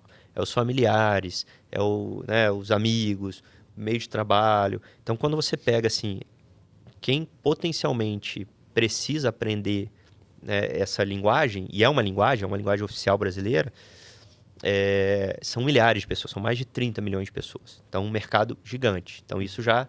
Opa, peraí, eu não sabia que o número era tão grande. Quando você não conhece, às vezes isso não te impacta. Mas é muita gente que precisa. E hoje não tem nada parecido. O que existe são, às vezes, aplicativos de tradução, mas você acaba não aprendendo. Então, facilmente eles conseguem, né, ali com incentivos, modelo meio Duolingo, gamificado, fazer as pessoas aprenderem. E isso, imagina o impacto que não tem isso para a sociedade, para a comunidade, né, a quantidade de pessoas que você consegue inserir na comunidade com um aplicativo. Pô, maravilhoso, cara. Mas se os jurados fossem os Venture Capital de verdade, tava ferrado. Quem viu educação tá com nada, né? Com os Venture Capital. Mas, pô, maneiro demais, cara. E, cara, mas cara, é super bem disputado. Era essa a solução e, assim, perdeu por, acho que 1/100 de nota. Foi sempre de 0,001. Foi muito pouco, foi muito disputado. O que ficou em segundo lugar foi uma equipe que desenvolveu quase que um submarino ali, um dispositivo submarino para verificar qualidade de água. E aí é um problema muito grande, né? Eu também não sabia. Mas, assim, todas as empresas químicas, petrolíficas, você acaba aprendendo muito também, né? Aprende muito. Eles têm problemas com poluição de água e, às vezes, tem multas milionárias. Então, eles conseguem fazer esse acompanhamento. E aí, eles conseguiram achar uma patente da Motorola, que eles conseguem usar os satélites da Motorola com super barato, e aí consegue fazer um produto super eficiente, a um custo baixo, porque usa os satélites. Sabe assim, muito bem desenvolvido. Algo assim, fantástico. Levou ouro também, mas não ganhou. Levou ouro também, mas não ficou em primeiro. Ganhou, né? Ganhou ouro, só não ficou em primeiro com a maior premiação. E esse ano, uma novidade da Olimpíada que a gente vai abrir para o ensino superior. Então, nós vamos ter 3 categorias: ensino fundamental, ensino médio e ensino superior. Então, galera da faculdade aí já vai preparando suas ideias, porque a premiação vai ser pesada, vai ser dinheiro. Vou voltar pra faculdade, eu tô achando, hein, velho? Vou correr atrás do meu diploma aí. Ô, que legal, cara. E conta pra mim, cara, também fiquei sabendo, não sei se já é informação pública, que agora tem a Expedição Empreendedorismo Vale do Silício, é isso? É isso aí, Caralho, isso aí. o negócio cresceu, hein? Não, tá crescendo, muita coisa, muita novidade. Isso aí, bom, primeira mão, a gente nem tá divulgando isso ainda, mas já é realidade. Achei que você falava pra cortar aqui, mas pode continuar. Não, pode continuar. A Mission Silicon Valley, que na verdade vai ser uma imersão de férias para o Vale do Silício. Então a gente vai levar alunos para poder ter uma experiência no Vale do Silício nas maiores empresas do mundo. Então, assim, diferente de outros intercâmbios que, né, levam os alunos só para parque, Disney, na verdade a gente quer fazer diversão, mas com conteúdo e empreendedorismo. Então nós vamos levar embaixadores da Olimpíada. Então esse primeiro ano, agora em julho, né, de 2025, vai acompanhar durante a viagem inteira, né, o Matheus Tomoto e o Davi Braga. Então a gente está levando 2 embaixadores de peso. Romulo Stel também? Romulo Stel também. 3 embaixadores para poder acompanhar os alunos durante a viagem. Vamos fazer visita a empresas icônicas ali, Google, Apple, Facebook. Desenrolando o Brex agora também. O Brex, com certeza. Cara, o Brex é sensacional, para quem não conhece, né? Acho que todo mundo aqui já conhece. Mesmo? Quem não conhece, conhece. Fundado por brasileiros, vale mais de 12 bilhões de dólares. Isso aí. E a história, né, dos brasileiros começou dentro da escola, né? Começaram a empreender dentro da escola. Então, assim, é a história da Olimpíada de Empreendedorismo. Alternativa à Disney, né? Então, ao invés de ir pra Disney lá, ficar fazendo loucura, e no final e termina com Disney. Termina com Disney. Termina com Disney. Não é um outro, são os dois. Não, são os dois. Então, são os 3, porque tem imersão e mentoria também. Então, visita a empresa, tem dia de imersão, que vai ter aula com os embaixadores, e eles já vão ter uma pegada ali de empreendedorismo.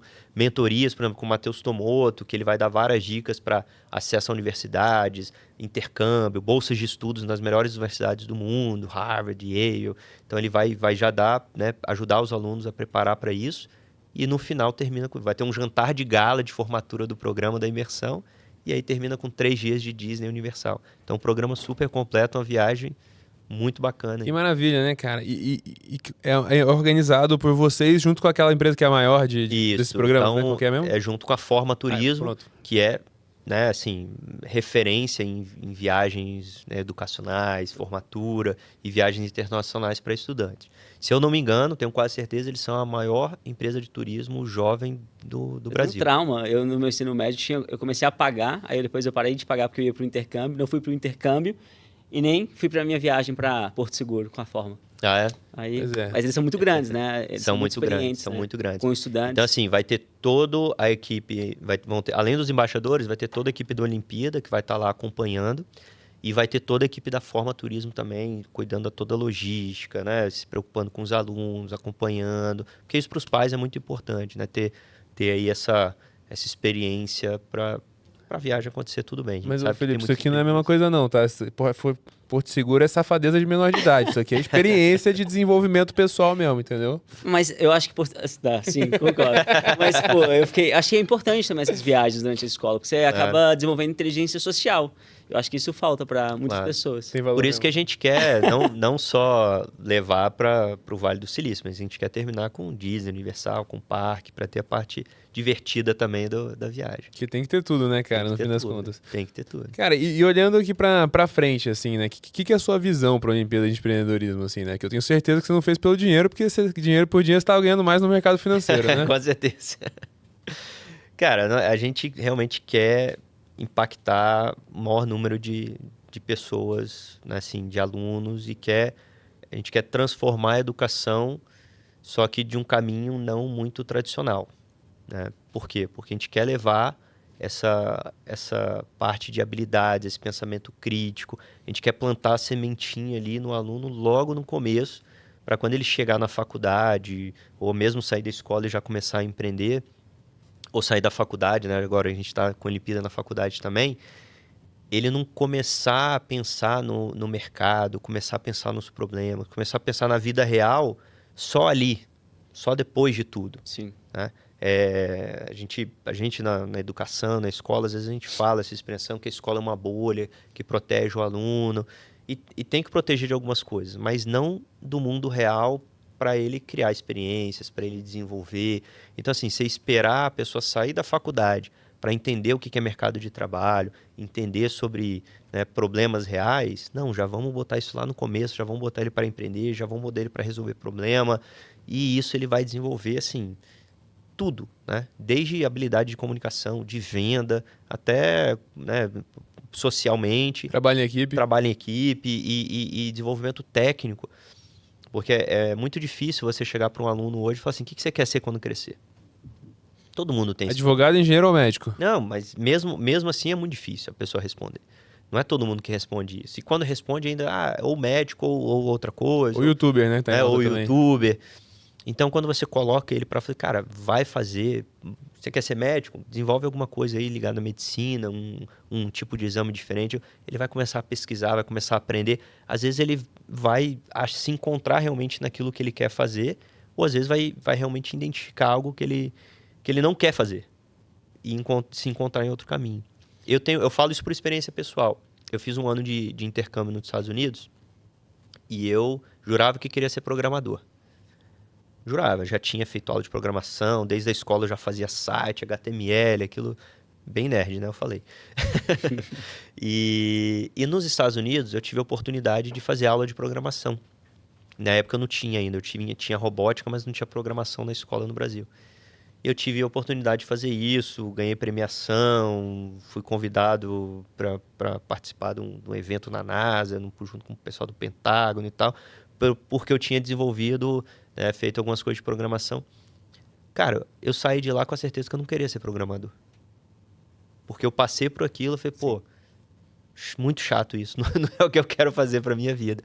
E eu jurava, imagina, se eu tivesse entrado em engenharia, né, da computação, ciência da computação, eu ia ter feito a faculdade, às vezes ter largado pela metade. Então eu passei por uma experiência que me provou o contrário. Pior que naval não pode ser, irmão. Não tem como, você ia ter preferido. Ô, Rômulo, eu queria saber um pouco da sua percepção sobre o entendimento das escolas e dos estudantes sobre empreendedorismo, porque eu acho que minha visão pode ser até um pouco míope, porque quando eu vou em algumas escolas públicas e particulares também, quando eu pergunto para os estudantes assim, galera, quem que sabe o que é empreendedorismo? Poucos alunos ali se manifestam, levantam a mão e falam alguma coisa relacionada a negócio, criar alguma coisa, dinheiro. E aí eu fiquei muito surpreendido nas primeiras vezes, que parecia, cara, eu tô vivendo aqui numa bolha e a galera, mesmo no ensino médio, não sabe o que é empreendedorismo, não tem noção nenhuma. Eu imagino que ali a maior parte das escolas particulares ali, né, que participam já tem um entendimento um pouco maior, mas quando vai para a escola pública ali, essa visão que eu tô tendo, essa percepção que eu tive é realmente verdadeira? O que você conseguiu perceber aí? Olha, eu acho que isso tem melhorado muito, muito. Você pegar um cenário talvez de 5, 6 anos atrás, essa percepção era muito, muito pior do que é hoje. Graças ao Rômulo e aos Kid Coach, né? É os molequinhos que ficam fazendo vídeo disso. Então, acho que sim, tem melhorado muito. Né? O acesso à informação, claro, sempre, né, cada vez está melhor. Mas ainda a gente encontra algumas barreiras. Não só o aluno, às vezes a própria escola. Engraçado, a gente já teve relato de escola que os pais não queriam que a escola colocasse empreendedorismo. Caraca, por quê? Porque na percepção dos pais, isso assim, em lugares muito específicos, né, em cidades, né, em comunidades ali, em situações, né, de fragilidade, onde você tem a maior parte da população como funcionário público ainda, né, que é um problema, né, intrínseco ali, que a gente não pode ter nenhuma cidade que tem mais funcionário público ter funcionário particular, né? Isso não sustenta. Curiosidade, tem 12,8 milhões de funcionários públicos no Brasil. Pois tem cidade que existe uma concentração imensa, né? Não, tem cidade que tem mais funcionário, 80% é funcionário público, né? Então, assim, claro que são lugares bem específicos, né? Como eu falei, lugares que precisa disso, né? Nada errado, né? Acho que o caminho de ser funcionário público é uma carreira, é um caminho, né? Tem que ser levado a sério, mas não abra mão do empreendedorismo. E a visão de alguns pais, né, nessas cidades era o quê? Eu não quero que o meu filho seja empresário, seja empreendedor, abra uma... Eu quero que ele seja funcionário público. Eu fui, meu pai foi. O que dá dinheiro é ser funcionário público. Tem um tabu aí, então. Tem um tabu. Assim como educação financeira, eu passo por isso. Empreendedorismo também, quando você vai para a escola, tem um tabu. existe. É minoria, né? É minoria, claro, mas ainda tem um tabu. Então a gente tenta sempre quebrar isso. Gente, empreendedorismo é resolver problema, é você inovar. Então você pode inovar dentro da sua empresa, dentro da sua carreira, até como funcionário público você pode inovar. E a gente tem um exemplo muito legal disso, que é o próprio Janguier. O Janguier Diniz, ele tem esse discurso, que ele foi funcionário público, chegou a ser juiz, e ele era empreendedor, ele fazia as coisas de forma diferente, tentava ser, né, justo para todo mundo, não ter aquela visão política dentro, né, da justiça que você não poderia ter. Então ele era um cara empreendedor como funcionário público. Então assim, não sou eu falando, eu nunca fui funcionário público. A gente tem um embaixador que foi e ele fala, cara, não importa a carreira, não importa onde é que você está, você tem que ser empreendedor. E hoje em dia cada vez mais, porque senão você não se destaca, não evolui, né? E ser empreendedor é o quê? É abrir um CNPJ? Não, pode ser. Como eu dei o exemplo médico, advogado, às vezes você vai abrir um consultório, isso você está empreendendo, você está sendo empresário, né? Você tem um CNPJ, você está sendo empresário. Mas às vezes não, às vezes você vai trabalhar no hospital, ou vai trabalhar dentro de um escritório como funcionário de uma outra pessoa. Mas o que é ser empreendedor? É você estar achando soluções, você entender aquele negócio, não como funcionário, mas você ter a visão, né, a dor do dono ali, que é o vestir a camisa. Né? Então, você saber que você não pode desperdiçar dinheiro da sua empresa, cara, isso vai te levar para um outro patamar. Estou gastando mesmo, não é meu dinheiro. Não, cara, você tem que ter uma visão de empreendedor. Assim, para que eu estou gastando? Não preciso gastar. Porque eu sei que se eu economizar aqui, a empresa vai crescer, vai poder me pagar melhor. Isso é ser empreendedor. Às vezes no detalhe, na atitude. Então, empreender é isso. Empreender é você ser inovador dentro da sua carreira, dentro da sua profissão e resolver problemas. Cara, eu adoro esse trabalho que você faz, porque o brasileiro, historicamente, ele tem uma visão, comparado com os Estados Unidos, por exemplo, de que o empreendedor é o vilão, né? O empreendedor é o cara que está abusando dos trabalhadores, é o que está tirando... Ele tem dinheiro, então, pô, a pobreza é a culpa dos empreendedores e tudo mais. E aí, pô, como vocês falaram, tem muita gente que tem esse tabu. Tipo, eu não quero que meu filho trabalhe com isso. Ou pelo risco, ou por ver como uma coisa feia como mesmo. Vilão, assim, né? É. Quanto mais a Olimpíada se desenvolve, mais, pô, incentiva o brasileiro a ser empreendedor, que é o que acaba gerando empregos, que é o que vai fazer o país ficar cada vez melhor, né? Com certeza, porque para você ter funcionários, você tem que ter um cara que arriscou, tomou risco, montou a empresa e hoje está contratando funcionário. E esse cara da mesma forma, ele é um empresário, ele precisa ter bons funcionários para crescer e conseguir levar a solução dele, a empresa dele, para outro patamar. Então, assim, o empreendedorismo é o que move, não é o Brasil, é o que move o mundo. Né? Tudo que você vê hoje, esse microfone, essa tela, tudo foi criado por empreendedores. Tem funcionários por trás? Claro que tem funcionários, tudo, né, tem funcionários por trás. Mas tudo começou ali pelo empreendedor que teve aquela ideia, que criou aquela solução, que inventou algo. Então, o empreendedorismo move o mundo.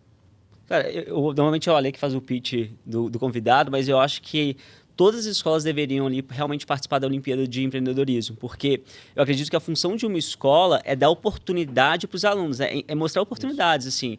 E se o aluno não tem isso, não tem nem a oportunidade de entender o que é, do que ele poderia se tornar ao empreender, a escola está limitando ali o poder dele, né? Eu mesmo, quando estava no ensino, na faculdade, na verdade, eu fui fazer um intercâmbio nos Estados Unidos. E aí eu selecionei algumas matérias. Cara, eu selecionei uma matéria de empreendedorismo e aí eu decidi tirar, porque eu tinha chegado no limite, eu falei assim, essa aqui é menos importante.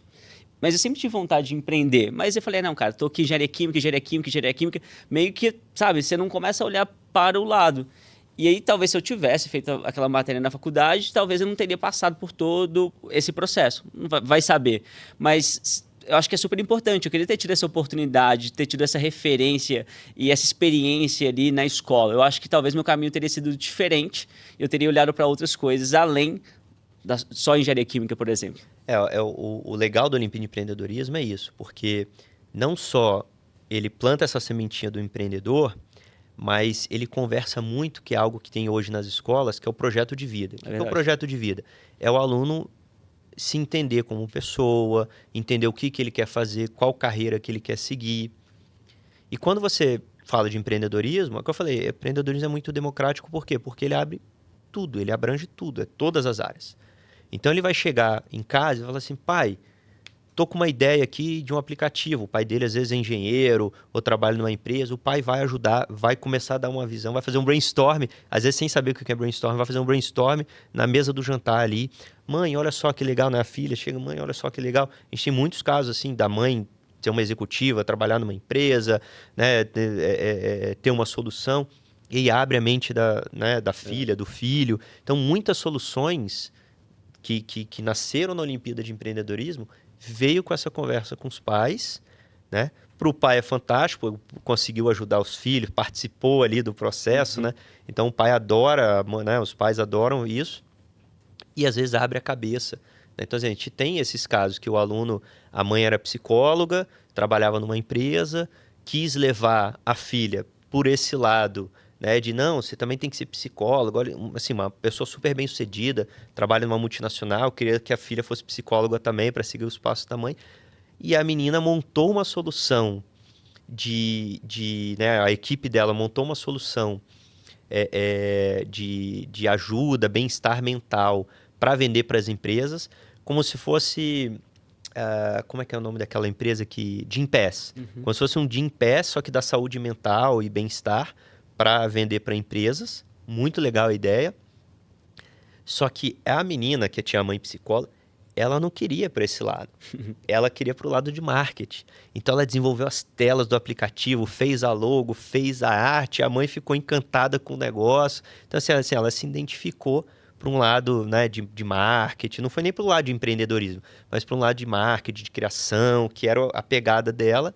Então assim, trabalha a profissão, trabalha a carreira e trabalha empreendedorismo. Ela descobre o que ela quer ser, né? Descobre o que ela quer ser.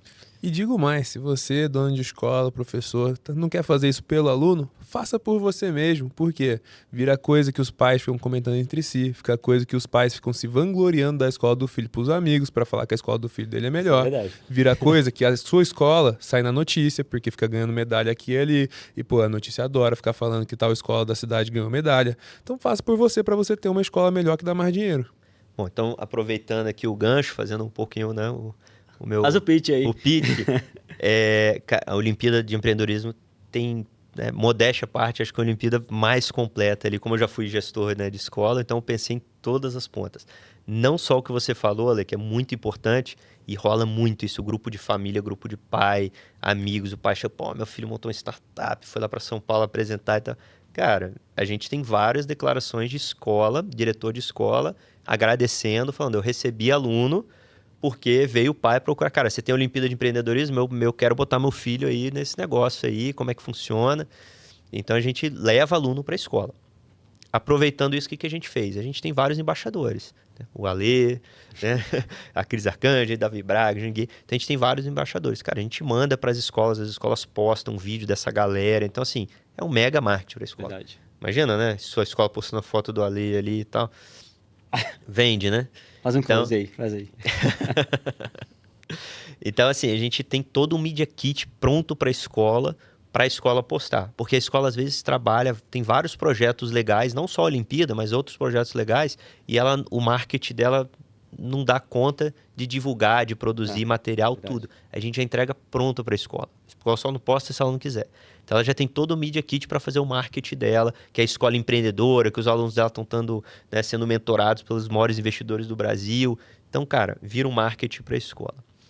E, né, além do ciclo, né, de pais de falarem, além do marketing que isso gera para a escola, que a gente tem vários relatos, né, de alunos indo, a gente tem, né, toda a parte de premiação que engaja os alunos, parte de premiação para as escolas. Então, isso, né, a escola vai para a final, não paga nada para poder ir para a final, né, para participar ali do evento. Então, são várias coisas que engaja o professor, engaja o aluno, faz marketing da escola. E por R$2.900, cara, não faz o menor sentido. Falei, o Rafa é o próximo entrevistado aqui no GigaCast, né? Falar, teu filho vai estudar numa escola com Olimpíada de Empreendedorismo ou não? Aí, ó, tá vendo, pô? Empresário de sucesso aqui e que é a você- mesma coisa pros filhos. Com certeza. E você falou uma coisa também que é muito verdade, que a gente até teria que explorar mais dentro da Olimpíada, que as escolas viram notícia. É. Mais da metade das escolas, organicamente, sem correr atrás, elas aparecem em meio de imprensa. A gente tem, assim, várias escolas que saíram no jornal, escolas que saíram em jornais na TV, na Globo. Caraca. A gente tem matérias, às vezes, de 3 minutos na Globo regional da escola, que saiu só falando da competição, da Olimpíada, até no nível que a gente já, assim, tem vídeo que chegou pra gente dos alunos que estavam voltando da Olimpíada de Empreendedorismo e o capitão da Gol anunciando dentro pro avião inteiro, falando, ó, queria parabenizar a escola Darwin, das alunas que fizeram um projeto e participaram da final nacional da Olimpíada de Empreendedorismo, né, representando e tal. Então, assim, imagina, um capitão falando da sua escola pro avião inteiro que tá indo pra sua cidade. Pô, imagina. Viraliza no TikTok você filmar, bicho, com certeza. Pois é. Que então, maneiro, cara. então, cara, vira organicamente notícia. Tem muitas escolas que têm assessoria de marketing, assessoria de imprensa, joga isso, então... Cara, a gente tem escolas que... Mais da metade das escolas saem em meios de imprensa organicamente. A gente tem que a gente sabe, né? A gente não sabe de todas. A gente tem uma escola que falou pra gente que saiu em 11 jornais diferentes. Não. Só por causa da Olimpíada de Eles Empreendedorismo. entregam muito valor. Quanto que não é para você fazer botar o nome da sua escola no jornal, botar uma noticiazinha ali no jornal, ou 30 segundos na televisão, 1 minuto na Tô televisão. achando barato demais isso aqui, Barato, viu, né? falar. Vou subir o preço. E tem uma outra coisa também, cara, que eu sei que um grande problema das escolas é a taxa de renovação, né? E aí uma das coisas que mais correlaciona com taxa de renovação é eventos que os pais participam na escola, né? Ou eu tô enganado aqui, você que já foi dono de escola. Vou botar assim, qual que é a maior dificuldade do dono, do gestor, né, o mantenedor da escola de renovar? Claro que sempre tem uma taxa de renovação da maior parte dos alunos que estão satisfeitos, mas às vezes o pai questiona, ou vem, né, o marketing de outra escola tentar roubar aluno da sua escola. E aí o que o pai vai questionar? Quando não é questão financeira, que a gente sabe que às vezes o pai foi demitido, né? Assim, às vezes precisa por uma questão pessoal, está mudando de cidade, foi transferido. Tirando essas coisas que estão fora do controle da escola, a maior reclamação é o quê? Poxa, o que você fez para o meu filho? O que você fez para minha filha? O que ele está aprendendo aqui? Uhum. Por quê? Porque os pais estão cada vez mais distantes da escola. Essa é a realidade. Antigamente, você tinha aquela figura que o pai trabalhava, a mãe ia levar o filho na escola, a mãe ia buscar, a mãe na reunião pedagógica, né? A mãe sabia tudo que estava acontecendo. Hoje em dia, o pai e a mãe trabalham. Então, está cada vez mais distante. E a escola tem muita dificuldade de ficar comunicando tudo que está acontecendo. Realmente é difícil. A escola, como eu falei, está toda hora apagando incêndio, toda hora uma coisa para fazer, é muito aluno para cuidar. Então, ela não tem esse tempo. Então, você precisa... Como é que você mostra para o pai que o filho dele está crescendo, está evoluindo, que o filho dele está desenvolvendo, né? Só com sala de aula, só com projetos tradicionais. E às vezes estão fazendo um ótimo trabalho. Mas você precisa também mostrar para o pai que o filho dele está criando coisas, está inovando. Então, só do filho dele chegar em casa e falar, pai, estou com uma ideia aqui de uma startup, que eu estou participando de uma Olimpíada, o que você acha? O pai, você não precisa falar para o pai já sabe, né? E ele vai pedir ajuda para o pai, para a mãe, é natural. Eles vão conversar. Se fosse meu filho, eu já ia falar assim, vem aqui, filho, pra gente combinar como é que a gente vai esmagar a sua competição. E a gente já teve problema com isso, sabia? Porque tem pais que ajudam pouco, tem pais que ajudam muito. Ajudou demais, né? Tem pais que ajudam O filho demais. tá com um fonezinho aqui. E a gente deixa muito claro isso nas aulas e no regulamento, falando você pode pedir ajuda, empreendedorismo é isso. Claro que assim, o projeto tem que ser seu, a ideia tem que ser sua. No final, você que vai apresentar, você que vai ter que responder as perguntas. Então não adianta nada o pai entregar, ó, tá aqui, ó, pronto, faz. Que 2 dos 5 critérios depende do aluno. Então ele precisa fazer parte do processo, ele precisa estar no meio. E assim, mesmo o jurado dentro da escola, que ele não tem experiência, ele percebe. Sim. Ele está acostumado a lidar com o aluno, ele vai saber que não foi o aluno que fez aquele projeto. A gente tem ótimos projetos que não passaram porque, né, não tinham mérito para isso. Mas a gente tem pais que vão, desenvolve junto com o aluno, faz projeto 3D junto com o aluno, e aí já veio escola, ó, outra equipe reclamou que o pai está ajudando. Vai atrás de mentor, vai ajudar também, né? Empreendedorismo é correr atrás, é resolver problema. Você envolve todo mundo, né, cara? Você vai deixar isso aí, né, desqualificar você? Não vai. Não vai. E aí o que aconteceu? Né? 2 equipes passaram e a equipe que estava reclamando passou também na frente até dessa outra equipe que teve ajuda do pai, porque foi lá, correu atrás e desenvolveu um mega projeto. E a vida é isso. Empreender é fazer tudo que tem que fazer para conseguir fazer. Nós até começamos um podcast aqui, né? Para aumentar nossa chance aqui de empreender na educação. Ô, Romo, cara, tá acabando nosso tempo aqui, cara, mas, pô, adorei a tua presença aqui. Eu acho que o que você faz é um negócio que está extremamente alinhado com a visão que eu tenho do futuro da educação, que é uma escola que não valoriza só a tua retenção de informação, o tanto que você consegue decorar, mas também outros aspectos da vida, outros também desenvolve os alunos como um todo, desenvolve as habilidades dele e tal. E, cara, eu acho muito impressionante o impacto que você está tendo. E como uma última, você quer fazer mais alguma? Posso mandar a última aqui? Vai a última aí. Cara, o que te inspirou a fazer, né? Porque agora que existe, parece óbvio que deveria ter uma Olimpíada de Empreendedorismo, mas não existia, né? Porque... Não existia. Da onde você tirou isso, cara? Nós fomos os primeiros, né? Isso, bom, só tem a gente. Cara, de onde nasceu isso? É engraçado. Foi uma junção de fatores. Eu não acordei um dia e falei, tenho que fazer uma Olimpíada de empreendedorismo. Eu já tinha um estudando, que era a plataforma, que eu ajudava os alunos a estudar melhor para o vestibular, né? A conhecer melhor as dificuldades que eles têm dentro da sala de aula. Então, já tinha uma plataforma e eu queria... Primeiro que eu precisava pivotar, porque os sistemas de ensino estavam me esmagando. E eu queria já, assim, colocar... Meu sonho era colocar empreendedorismo, finanças, programação. Meu objetivo era isso. Pô, eu preciso transformar o ensino com o que realmente importa. Porque matemática, física... Poxa, a escola já faz um bom trabalho. Na sua grande maioria das vezes, a escola já faz um bom trabalho. Então, ajudar nisso, que era o que eu estava fazendo, eu não via tanto como propósito. Então, eu queria realmente colocar essas disciplinas ou, né, esse projeto dentro da escola. E eu não sabia como. Pô, vou criar um curso, vou criar um sistema de ensino. Eu estudei várias formas. Só que lembra que eu tinha lá o histórico que minha escola era, né, campeã olímpica, né, fazia Olimpíadas. E aí, discutindo, né, até com um professor da escola que era coordenador de Olimpíadas, ajudando ele a falar de novas Olimpíadas, escolhendo as Olimpíadas que precisava. Aí eu saí da ligação e falei, poxa, mas por que a gente não cria... Eu nem pensei em Olimpíada, na verdade, né? Eu saí dessa conversa, acho que foi uns 2 dias depois, na verdade. Eu fiquei com aquilo na cabeça e falei, poxa, por que eu não crio uma competição de startup dentro da escola? Aí eu comecei a desenhar. Literalmente peguei um papel, assim, vou desenhar como que eu vou fazer uma competição de startup, vou botar os alunos para desenvolver startup logo no ensino médio, vou dar um jeito de fazer isso. Uhum. Aí eu fui criando modelo, falei, cara, isso aqui tá com cara de uma Olimpíada. Né? Tava com aquela fresco na cabeça. Isso dá para transformar numa Olimpíada. Eu vou pegar o processo de uma batalha de startups, de uma competição de startups, né, de pitches, e vou modelar isso e transformar isso numa Olimpíada. Porque a Olimpíada é algo que a escola já conhece, já está familiarizado, gosta de fazer. O mercado de Olimpíada no Brasil é um dos maiores do mundo. Depois eu fui estudar, fui pesquisar sobre o mercado. É que o BMEP é o maior do mundo, né, de todas as Olimpíadas. Então, assim, né, Brasil é gigante em Olimpíadas. É algo que existe no mundo inteiro, então não é algo local. Então é potencialmente escalável para o mundo inteiro.